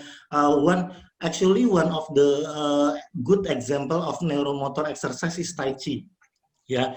But still, since in Indonesia, in Jakarta, the Tai Chi itself is quite rare because it needs a special trainer. So maybe they can, for the neuromuscular exercise, they can do just balance exercise like single leg balance stand, and then or maybe doing some aerobic movement that overlaps the midline, yeah, because it can improve your coordinations, yeah, like that, yeah. So there is a four modality, yeah. Beside resistance training also, there is some simple resistance exercise for modification movement for the elderly for resistance exercise, yeah. Okay, What thank you very pocho much. dance, Dr. Wisnu? Yes, Prof. Tati. Pocho dance. Oh, pocho dance, yeah. Pocho dance live with their peers, yeah. Yes. So they feel together, yeah, because one of the problem of the elderly is loneliness, yeah, especially more loneliness in this pandemic, yeah. So we suggest to do the video conference exercise, yeah. Okay. Okay, thank you very much. The pocho dance. Thank you. Can you just do that online, Dr. Tati? Next year, if you come to Indonesia, Because we don't have, we don't have any program for elderly, right? Here in the Philippines.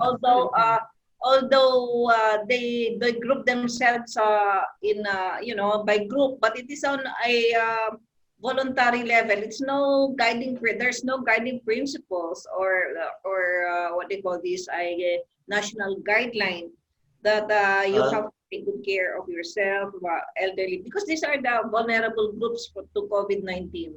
You're right. That's why I asked the exercise for elderly. Yes. I mean, okay, I can add some answer, Dr. Imelda. I mean, when you make video conference call to the exercise, also invite your instructors before the pandemic. Yeah, so the exercise itself will lead by the instructor, but the difference is we are doing now online. Okay, thank you. Thank you. Thank you. Thank you, Dr. Wisnu, Dr. Imelda, and Prof. Welcome, Tati, for the very interesting Imelda, Prof. Tati. topics and interesting discussion. But due to time constraints, we have to stop this discussion. Yes, thank you so much. Okay, Okay, again, I want to take a picture first. Okay. A picture, okay. Okay. Okay, thank you very much, Dr. Okay, Imelda. thank you again I to think speakers. My teacher. Diane will also take picture of us and then just send us via email. Yes. Yeah, you can just click. Yes. Okay. Okay, thank you. 1, 2, 3. Okay. Okay. 1, 2, 3. Yes. Thank you, Mia. You're welcome. Bye-bye. Okay, thank you, Dr. Dr. Wisnu, Imelda, bye-bye. Dr. Thank you so much. Dian, Prof. Tati, you. my teacher. Thank you. Selamat malam. Selamat sore di sini, sore. Thank you. It's the afternoon. Ya, selamat sore. Selamat sore, Imelda. Bye-bye. See you afternoon. Thank you. Okay, for our last Bye-bye, session for Dian. today. Yeah, Mia, bye-bye, Dr. bye-bye. Imelda. Thank you. So today, Dr. the Tati, are last we session. moving to another meeting or what? Oh, yes, yes. Imelda, you still have to be here. But in another link, or I stay with this link? Here, stay in the same link. Stay for the next session. Okay. Still here. So we will move to the last session for today. The last session is special group discussion, research methodology, and linking. In this session, the time allotted for each speaker is 20 minutes and directly followed by 10 minutes of question and answer session. So participants, don't forget to write down your question during the presentation session. I will remind the speaker if the time is 5 minutes left. So for the first speaker for this session, I would like to invite Dr. Luciana B. Sutanto, MS SpGK, as our first presenter for this session. She is a clinical nutrition specialist at Mitra Kemayoran Hospital who works as a lecturer at Krida Wacana Christian University. Dr. Lucy will share about her research, effectivity of various refrigerator brands in maintaining freshness and antioxidant nutrient contents of selected vegetables and fruit. Dr. Lucy, we welcome you to present in 20 minutes.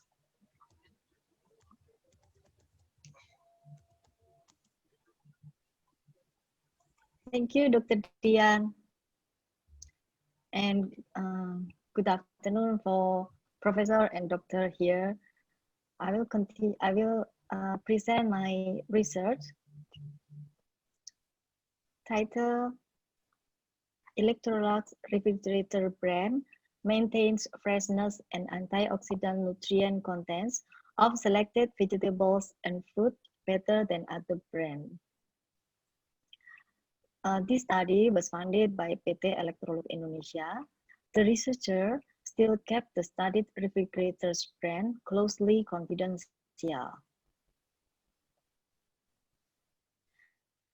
The title of the research is Electrolux refrigerator brand maintains freshness and antioxidant nutrient contents of selected vegetables and fruit better than other brands. The aim of this study was to compare Electrolux refrigerator brand in maintaining freshness and antioxidant nutrient contents of selected vegetables and fruit during the period of 3 weeks compared to other brands. We cannot mention the other brands. We call it B, C, and D.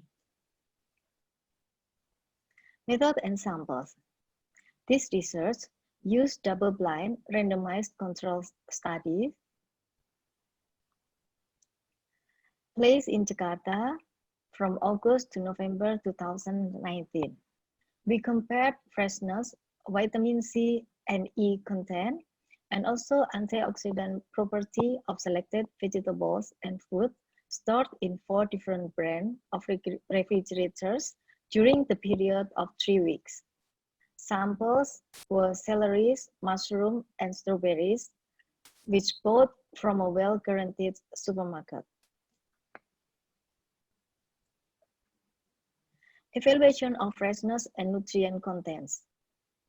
Day of evaluation from arrival day, day 3, 6, 9, 12, 15, 18, and 21.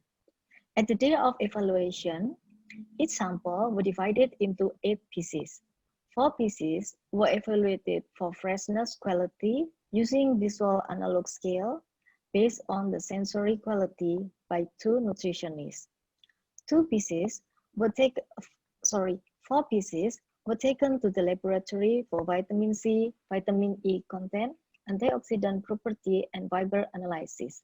Vitamin C colorimetric assay was used to measure vitamin C levels. Vitamin E assay kit for vitamin E, total antioxidant capacity assay kit for antioxidant property, total dietary fiber assay kit of fiber content. For freshness, we use sensory analysis. Every sensory analysis was marked with green, yellow, and red color, in which green color was defined as the item stayed at fresh at day 0, yellow for less fresh, and red if all samples were not fresh anymore. The result of this evaluation was refrigerator A, or Electrolux, were the most superior in keeping celery and strawberries stayed fresh up to day 9 and mushroom up to day 6 compared to others. Here and this.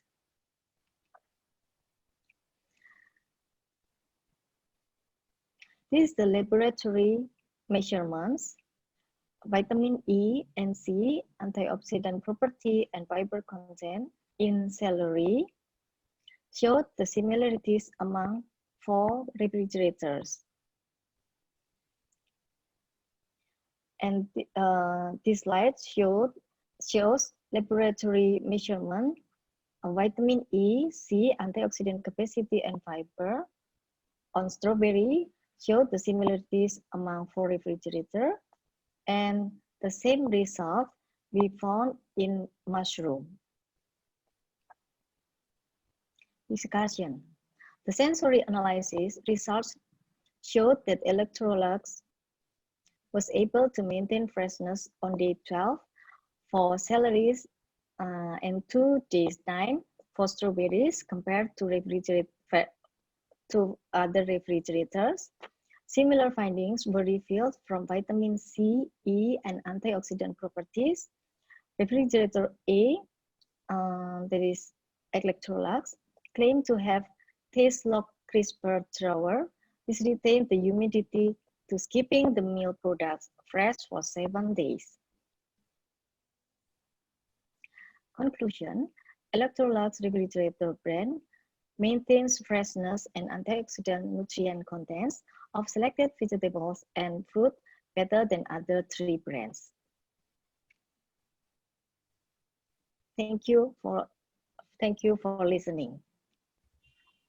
So Dr. Tian. Thank you, Dr. Lucy.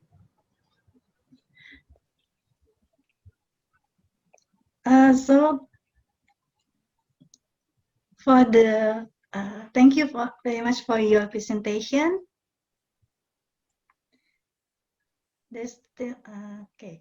Is there any reason why you choose for this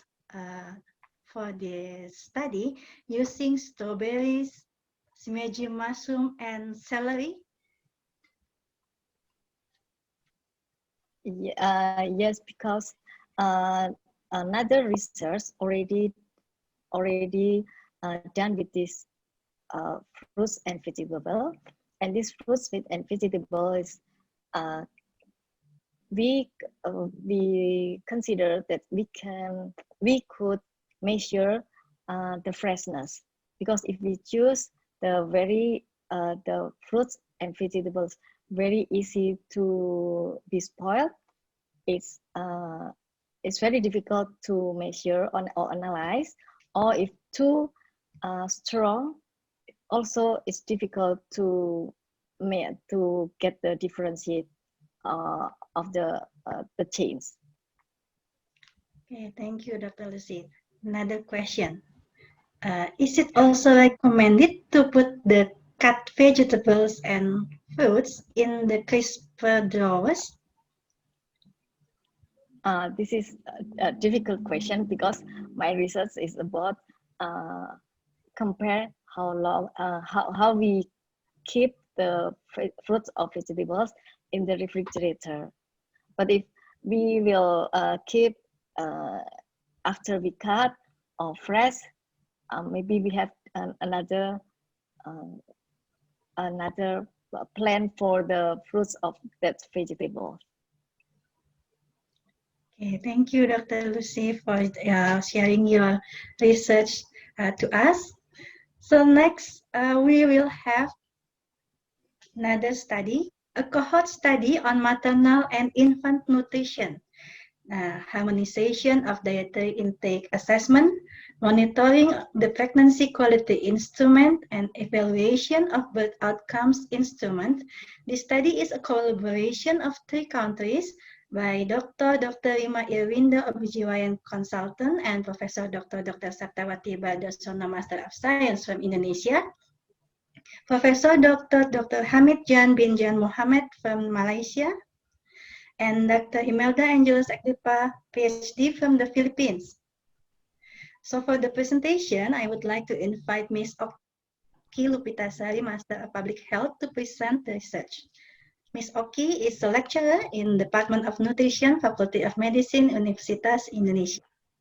Again, reminder to all participants, if you have any question regarding the presentation, please write it in the chat and Q&A. Okay, Ms. Okky, you have 20 minutes, and I will remind you 5 minutes if there's 5 minutes left. Thank you, Dr. Dian, for the opportunity.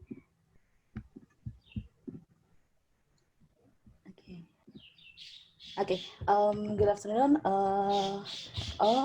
Thank you for the opportunity, Prof. Tati, Dr. Dian.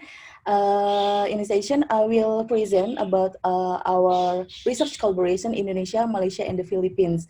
And actually, this project was initiated by Dr. Rima Irwinda from Department of Obstetric and Gynecology, Faculty of Medicine, Universitas Indonesia, to investigate the quality of maternal diet during pregnancy and its impact to the offspring up to 24 months of age in 3 countries, Indonesia, Malaysia, and the Philippines. And this is the project teams. There are Prof. Tati, Prof. Hamid, and Dr. Imelda. And actually, there are 3 phases on the research.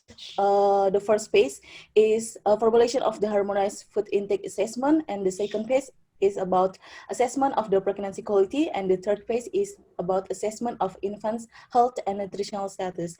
And today, I will present about the first phase report.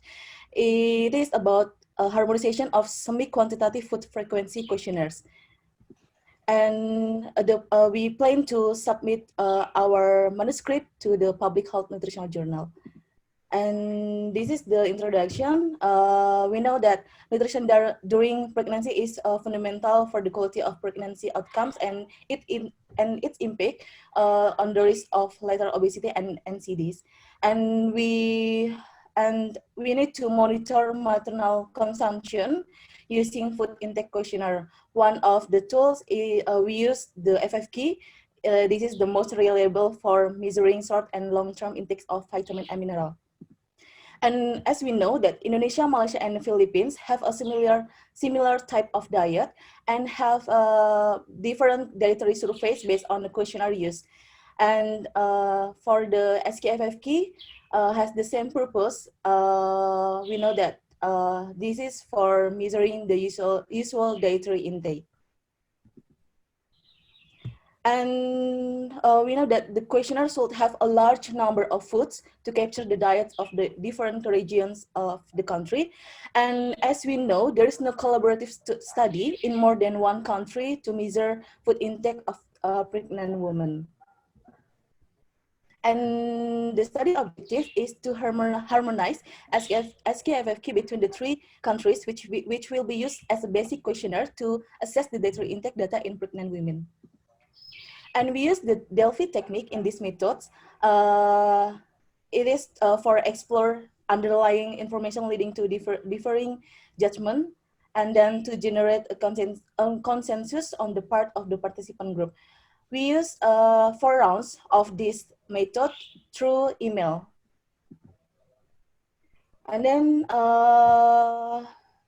for the first round, there are 3 participants to join the first. They join meeting by giving each SKFFK for the Indonesia, Philippines, and Malaysia. And then we get an initial questionnaire, and this questionnaire leads to a series of rounds of discussion. And in the next round, for the second round, with the same participant, they gave back their responses based on the initial questionnaire, and we get the revised questionnaire. And the third round, we the participant adjusted a proposed harmonized questionnaire based on the previous round, and we get the revised questionnaire. And the last round, we also invite the nutrition experts to give their responses through open-ended questions. And also the last round, we get the final harmonized questionnaire. So this is the result for the first round from Indonesia. This is the FFK, SKFFK. There are, this is the format of Forum Indonesia. And then this is from Malaysia in the first round. We get the SKFFK from Malaysia. And then the last from Philippines. This is their questionnaire for SKFFK. Yeah, there are food groups from each country. And then the second round, we get the responses of food data from the previous round.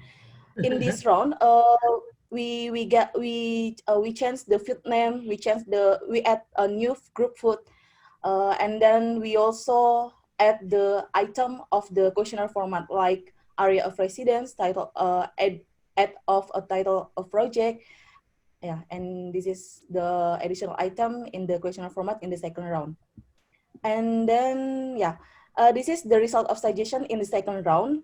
There are each food group, like we edit some food group, and then also we change some food group, food data, and then we also remove based on the previous response from the participant. And then, until fruits, vegetable, and also other food group. Yeah, this is the result from the second round. And then the third round, we clarified the elimination of several food list data for the participant, and there is agreement in a questionnaire formats and total of items in each food group. Yeah, this is the response for the third round. There are the questionnaire format, like for the agreement for Indonesia, Malaysia, and Philippines, and then we get the food list data and food group for this round. And the last round, we invite the nutrition expert for response the open-ended questions. We have like 6 questions, open-ended questions, like for the appropriateness of the questionnaire format, and then we also ask for easiness of filling the characteristic data questionnaire, and there is agreement, like the format, and then additional characteristic data for the questionnaire. And we also ask about completeness of the food list data. We ask, is there a accommodate for Indonesia, Malaysia, and Philippines? And then we also ask about the appropriateness of food grouping. Yeah, this is the result for the third round, and we got the food group in the final harmonized questionnaire. Yeah, the fifth questions of the open-ended questions, we also asked about appropriateness of the frequency of food consumption. And then the last, we also asked about suggestion, the additional picture catalog of food and beverages. Yeah, for the discussion, we believe that the Delphi method is very beneficial for this study, because this method is can provide accurate expert consensus and can avoid bias for the non-face-to-face, and then the response can control the participant anonymity. And then the third is we can get the consensus building for the questionnaire. And then we also have the expert from the nutrition. We have knowledge and experience in dietary assessment, academics, and professional experience from the participant in the expert teams. And then we got the response from each round, and then we grouped and synthesized in one form. And for the open-ended questionnaire, we got to strengthen opinion and avoid the different perspective of the questionnaire. And we also, in the further study, we have to assess the appropriate dietary assessment of pregnant mothers using this SpFFK. And we also believe that SpFFK can classifying intake and its association with individual exposure. And then this is the strength and limitation. The strength that the Delphi method is recommended to develop questionnaire, and then the diet and nutrition are now a multi-centric collaborative research. And the limitation of this study, there are the discontinuous of the process of the Delphi method, and there are maybe a misperception about the identity of participants in eDelphi. So we conclude that this recent study is the first study that harmonized SpFFK among Indonesia, Malaysia, and Philippines. And we got 261 food items. And in the next phase, we recommend to validate this SpFFK before using it to assess the dietary of pregnant women. So this is the reference. And we also present about the plan to the second phase. It is about the data collection of pregnant mothers to delivery in Indonesia, Malaysia, and Philippines. In Indonesia, we invite one of our students in Magister of Nutrition Study Program, and the proposed title of Indonesia there is dominant factor associated with gestational weight gain, maybe in third trimester among pregnant women in Jakarta. And from Malaysia, the student from Malaysia, it is about validation of FFK and association of energy intake with gestational weight gain. And yeah, this is the plan, our plan to data collection, the subjects third trimester of pregnant mothers. And this is the data will be conducted in second phase. Okay, thank you for attention, and thank you, Dr. Dian, for the time. Okay, thank you, Miss Okky, to share the study result with us. There's a question for you, two questions actually, yeah? Or three. Okay, the first is what kind of food database that you used for the first round to develop the SpFFK? Okay, actually in Indonesia we used the questionnaire of Dr. Rima Irwinda study. So maybe Dr. Rima Irwinda, can you explain about that? Yeah, good afternoon, everyone. Can you hear my voice? Yes, Doc, clear. Yeah. The food frequency questionnaire that we use from our previous study, actually, I had from Prof. Saptawati. Yeah. I think Prof. Saptawati can explain better than me. Thank you. Yes, actually, the database being used for several study in among pregnancy to see the dietary intake. So we promote this semi-quantitative FAQ that already being used to be the candidate from Indonesia. Okay, thank you, Prof. The second question is, beside Delphi process like you use for developing the FFQ, is there any other methods that we can use, and why you choose using this Delphi process? And for additional for this question also about the number of participants for the first round of Delphi process. Is the number of participants is 3? Is it the respondent? Is it okay on using only 3 respondents in the Delphi process? Yeah, I think the Delphi method is a qualitative study, and we know that this method is to build the consensus of the develop of questionnaire, so that we use the Delphi method. And for maybe for the participant, maybe Prof. Tati can explain about that. Thank you, Prof. Yeah, in the first round, actually, we like to have a the first harmonization among the resource person from each country. So that's why we have 3 countries. So we have Professor Hamid, and then Dr. Imelda, and Dr. Rima and me as part of Indonesia. So we talk together to find a solution to have harmonization for the second, third, fourth, and final circle. Yeah. Okay, thank you, Prof. Tati, Ms. Okky, and Dr. Ima. So there's another question. Is there any traditional food unique to each country, which is also included in this SQFFQ?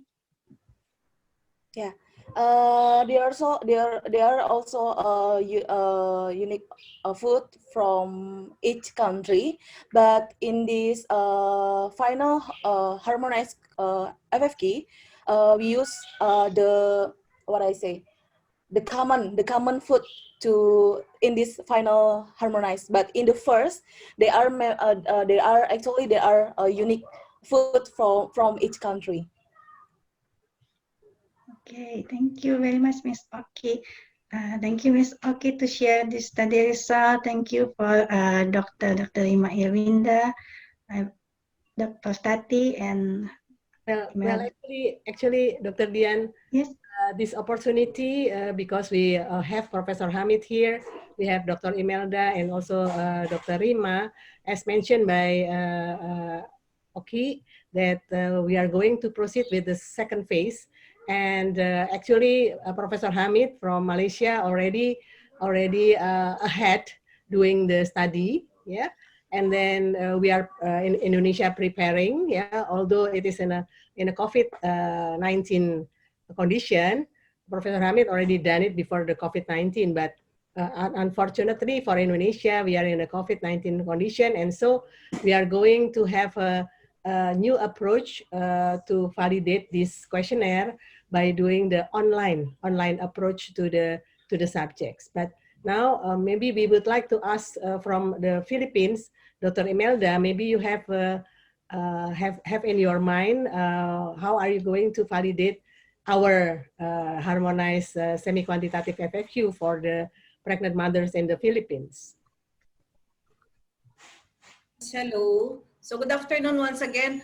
For the Philippines, since you did not yet send me the what they call this, the final copy of the questionnaire, I was waiting for that to be emailed so that we can actually validate it. Although since we will be having the rapid survey actually via telehealth this October to December. However, it's too late for me to actually try this and do the pilot test or the pre-test. So we can do this again by maybe we can fly this to other, because we have around 250 contract of service staff, so we can validate this within among ourselves. So you just fly to us the final harmonized semi-quantitative food frequency, and then I can get around 150 what do you call this respondents. But don't forget, it is a pregnant women. Don't forget. Yeah. Okay, so it's a pregnant woman. Yes, So because it's quite difficult for us. So I think I have to link it with a OB gynae to give me the patients. Okay, so after the second phase, then we have to proceed with the third phase, in which we are going to see its validation towards the birth outcome from the same pregnant mothers that we. So if we do the pilot, if we do actually the pre-testing, do we have a standard number of patients or pregnant women to be collected in order for us to do some sort of validated harmonized SQFF? We already decide last year 100 per country. 100, okay. For the second phase, meaning to say, for the validation and pre-testing. Okay. The second phase is validation and directly use, and then follow up the mothers until the birth outcome. Okay. So do you remember I sent to you the proposal that was actually to be submitted one of our funding agencies? However, until now, I don't have the final say on whether we're going to have a standard protocol or not. Yeah, for that, actually, we already have the funding from Indonesia, and I try to find another sponsor, but maybe for different aspect, yeah. But for this, we have phase 1 already, and then we are facing phase 2, and then we have to proceed next year for phase 3. But for the collaborative protocol, then we have to sit together again with Professor Hamid and Dr. Rima and Imelda, because I try, because it is a very good one. I try to find a sponsor as my client, but they haven't answered because we have to propose every September, if I'm not mistaken. I have to ask of their planning session yeah. for the next year projects. Yes, you're right. Okay. Okay. So for the first study, meaning to say the one that was presented by Okky, so this is already finalized, and therefore, what they call this, the questionnaires have already been flown to Dr. Hamid, Professor Hamid, to be used by the students, or what? Professor Hamid, would you explain, please? Hello, everyone. Hi. You better switch on your video so that we can see you. We miss each other. Yes. Okay. Well, it's nice to see everyone, the team in this discussion. I'm very happy. I came in a bit late because I thought we're starting at 4:20, but it's okay. I listened to Okky's presentation clearly and the discussion. Now, to be honest with you, I'm very excited and happy that this project is going as we planned. And we used to say that we are serumpun. Serumpun means we are together. But this project has proved that we are really together in the food context, where we can combine 3 different diversity of food into one piece of FFQ. I think that is a very good achievement by the Indonesian team. So I would like to congratulate the Indonesian team for all the effort in compiling, negotiating, coming to a consensus to remove or to add certain food. And finally, we have the FFQ. So what I did was, when I received the final soft copy from the Indonesian team, we did the Delphi analysis, and then we harmonized that based on the comments. And I did test this among a pregnant woman in Malaysia, so as a project for undergraduate students. And it seems that the mothers in Malaysia are able to complete the form with minimum supervision, which means the questions are quite clear. And we are open for analysis. So I have about, I think, 100 questionnaire completed. So next step is I have entered the data into Nutritionist Pro. So I'm not sure whether all of us are using Nutritionist Pro or not. If yes, that would be easy to merge all the data together. So I think the next step is for me to communicate with the Indonesian team on how to transfer the data from Malaysia to Indonesia so that it can be combined with the other data. Thank you. Professor Hamid, actually for Indonesia, we used to to use the food processor Nutri Survey. Okay. So maybe you can look at Nutri Survey because it's a free access from the internet. So maybe you can look the difference or the similarity of the Nutri Pro that you are using. And then second thing is you have already 100 pregnant mothers. Can you hold to this 100 so we can follow the birth outcomes? Yeah, I think that is the idea. We have collected their address and call phone numbers and etc.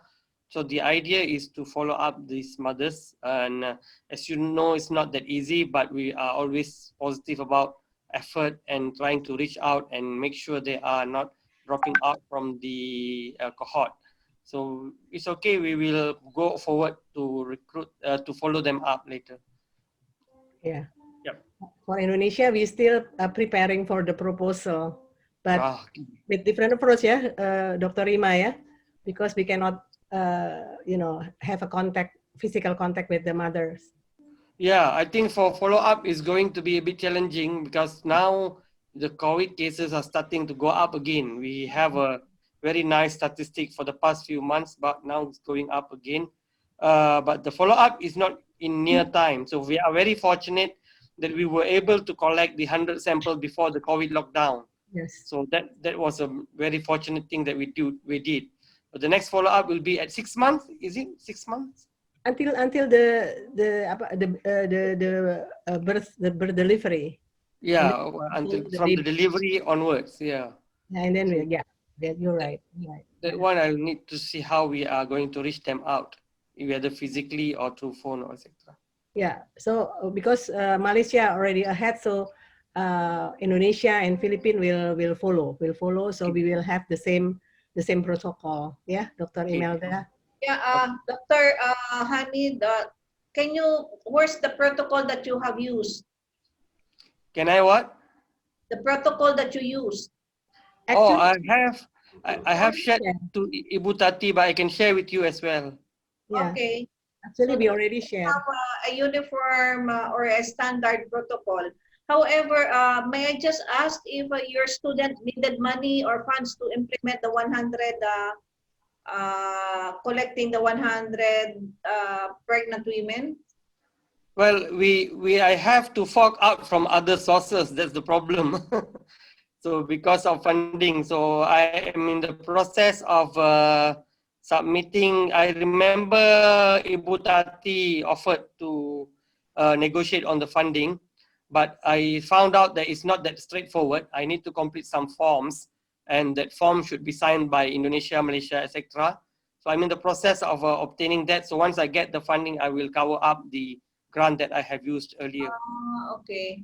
Yeah, the funding is in Dr. Rima. I think Dr. Rima can explain that we have the funding for phase 1, 2, and 3. Yeah, Dr. Rima. Yes. Yeah. I already accept the funding. I think for 1 year, if I'm not mistaken, for 1 year, and for second year maybe next year. Okay. But the funding is already in me. Yeah, I will send you some documents for the application. So did you undergo ethics approval, Professor Hamid? Yes, I did based on the USM ethics committee. I have to go through that. Yeah. So because before I will implement the phase 2, I have to undergo ethics approval. So Dr. Tati, please send me the protocol so that we can already send it to our ethics committee, because it will take them about 1 to 2 months to review protocols because of the influx of so many researches already. Okay. Thank you. Yeah, we will do that. But in the meantime, actually, the urge thing is to do publication for the phase 1. Yes. So Okky already send you the manuscript. No, I did not receive anything actually. After our meeting in Jakarta last year, I did not receive any further notice except that of the questionnaire for the Delphi method. Okay, so we will send you the manuscript. Okay, please send to Dr. Imelda and Professor Hamid and Dr. Rima to be reviewed, because we would like to publish in a good quality international journal. Okay.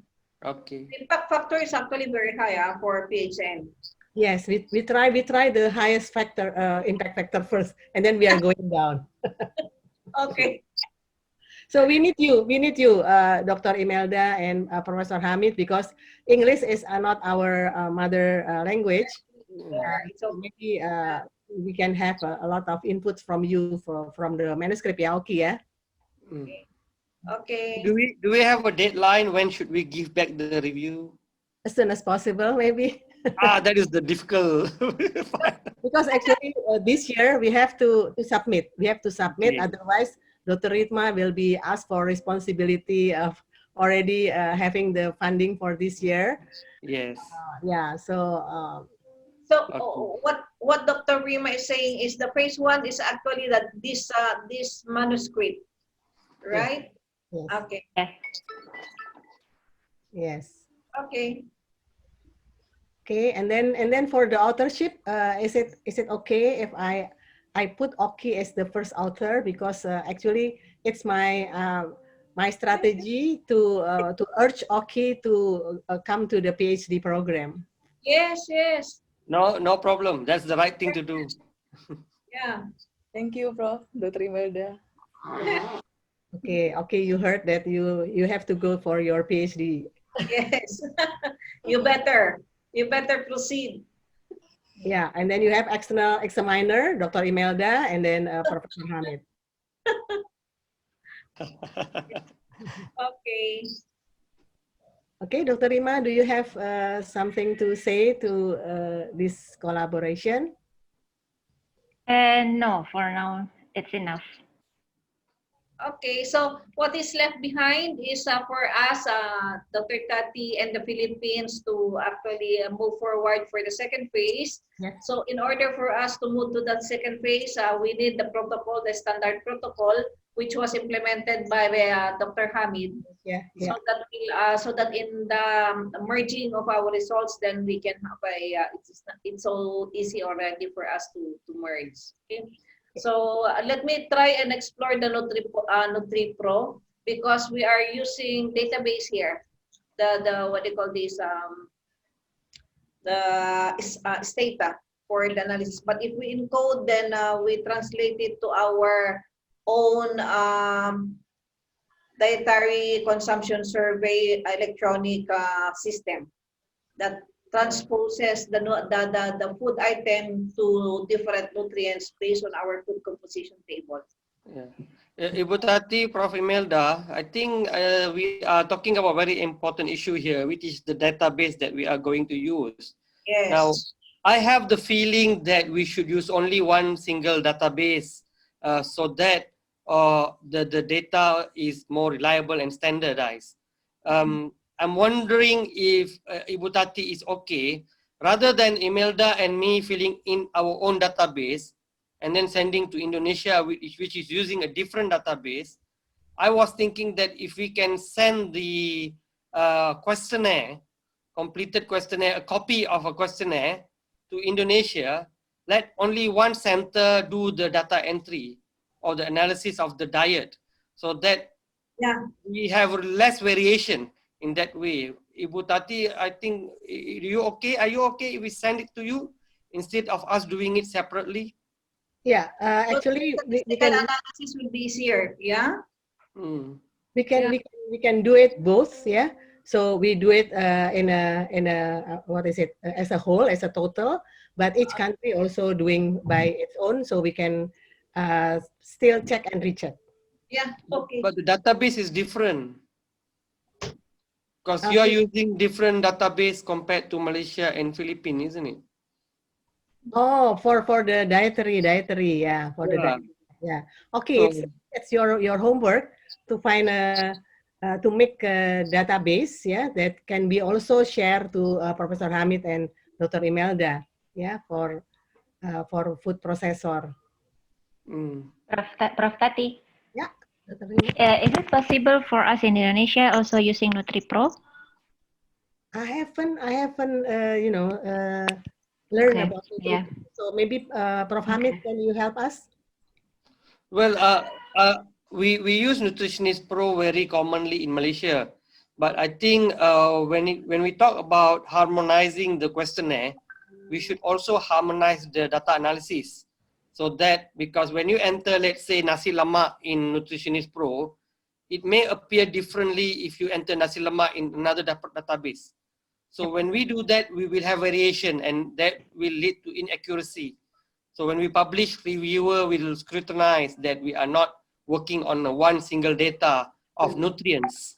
So to avoid that, one way is, rather than we fill in the data separately, I was thinking that we send you the questionnaire, completed questionnaire, so that you can work on your one data, one software, where all the questionnaire are analyzed using one software rather than 2 or 3 different software. So this is just my suggestion to reduce variation in the data reporting.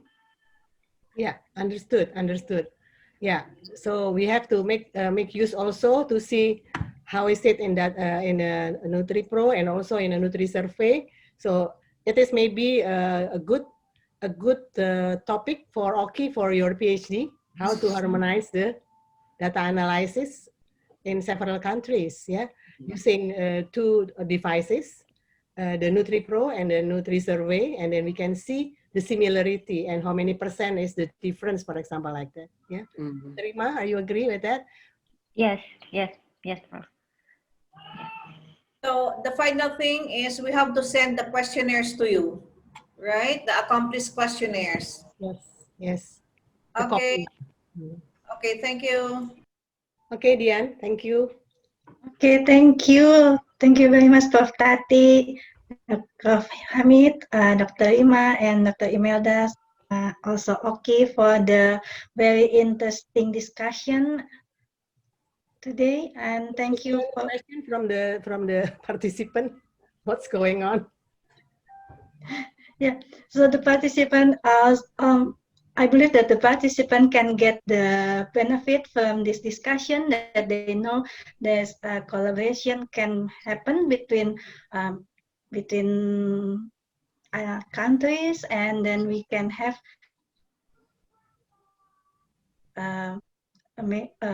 benefit to get when we do our PhD. Maybe we can also join with the big projects like this one. And also, of course, thank you for all participants for being in the session. And so I will close this session. Thank you very much to all. Thank you, Prof. Hamid. Thank you, everyone. Thank you, Prof. Tati. Thank you, you, Imelda. Prof. Hamid, Dr. Imelda. Thank you. Bye. And I give the time and panel back to the Master of Ceremony. Back to you, Dr. Pitara. Thank you very much, Dr. Dian. Thank you very much for all honorable speakers. And all of the topics are very interesting. Therefore, thus we conclude the whole Nutri Webinar and Symposium 2020 sessions. And thank you very much for joining us. Thank you for all speakers, participants, and committees. To all participants, please kindly fill in the post-test which will be sent to your emails. We will also send you an email to collect your certificate. And as always, as a final message, do not forget to wear mask, wash your hands thoroughly, practice self-hygiene, exercise regularly, and please avoid public gatherings. Stay safe and healthy always, and we'll see you again soon in the next symposium, hopefully without any pandemic. See you all.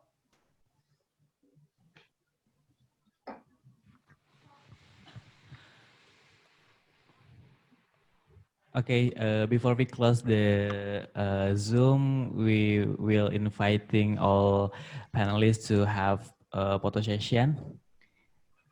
Mask? No. With mask? Without first. Maybe without mask.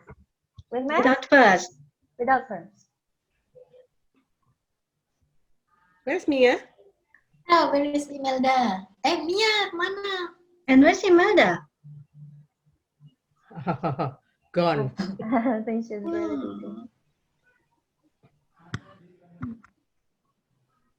Okay, Miss Okky. Okay. Miss Okky would like to join us. Okay. Okay. Okay, I will count Ready? 1, 2, and 3. Okay, wait for a moment.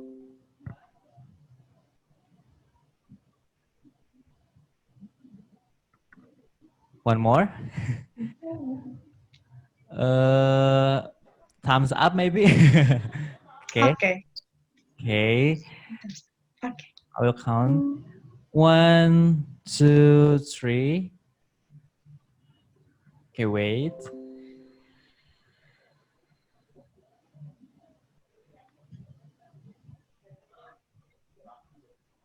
Okay.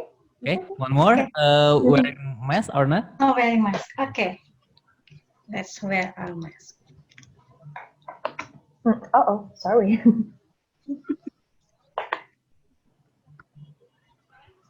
I vow to wear mask.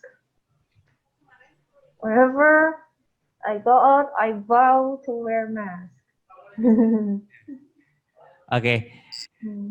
So, ready? 1, 2, 3. Okay, thank you for all speakers, for all Thank you all. also participants. Thank you very much. Thank you. Bye-bye. Thank you. Bye-bye. See you. Bye-bye, Professor. Next year. Yeah. See you next year. Stay safe and Okay. healthy.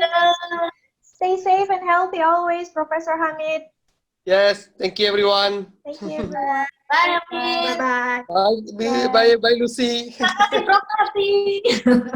Terima kasih Dr. Dian, Terima kasih Dr. semuanya. Diana, Dr. Terima kasih. Terima kasih. Mbak Mia, terima Mbak kasih. Mia mana? Nggak ada orangnya. Mana Mbak Mia ini? Mbak Mia. Hilang. Iya, lagi ada ini. Oke. Thank you very much all of you. Thank you. Signing off. Bye-bye. Bye-bye.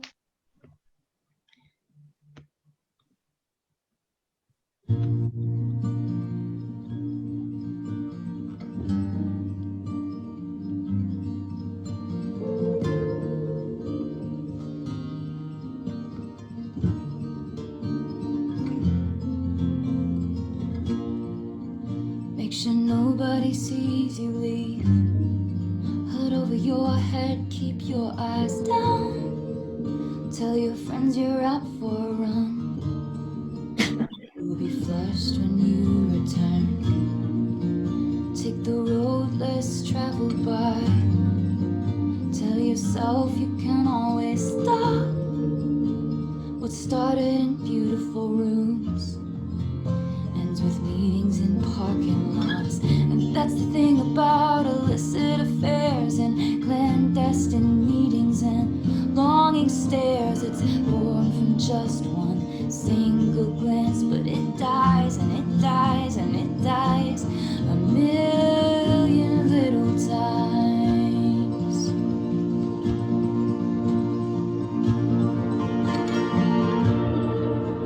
Leave the perfume on the shelf that you picked out just for him, so you leave no trace behind, like you don't even exist. Take the words for what they are, a dwindling mercurial high, a drug that only worked the first few hundred times. And that's the thing about illicit affairs and clandestine meetings and stolen stares. They show their truth one single time, but they lie and they lie and they lie a million little times. And you wanna scream, don't call me kid, don't call me baby. Look at this godforsaken mess that you made me. You showed me colors you know I can't see with anyone else. Don't call me kid, don't call me baby. Look at this idiotic fool that you made me. You taught me a secret language I can't speak with anyone else. And you know damn well, for you I would ruin myself.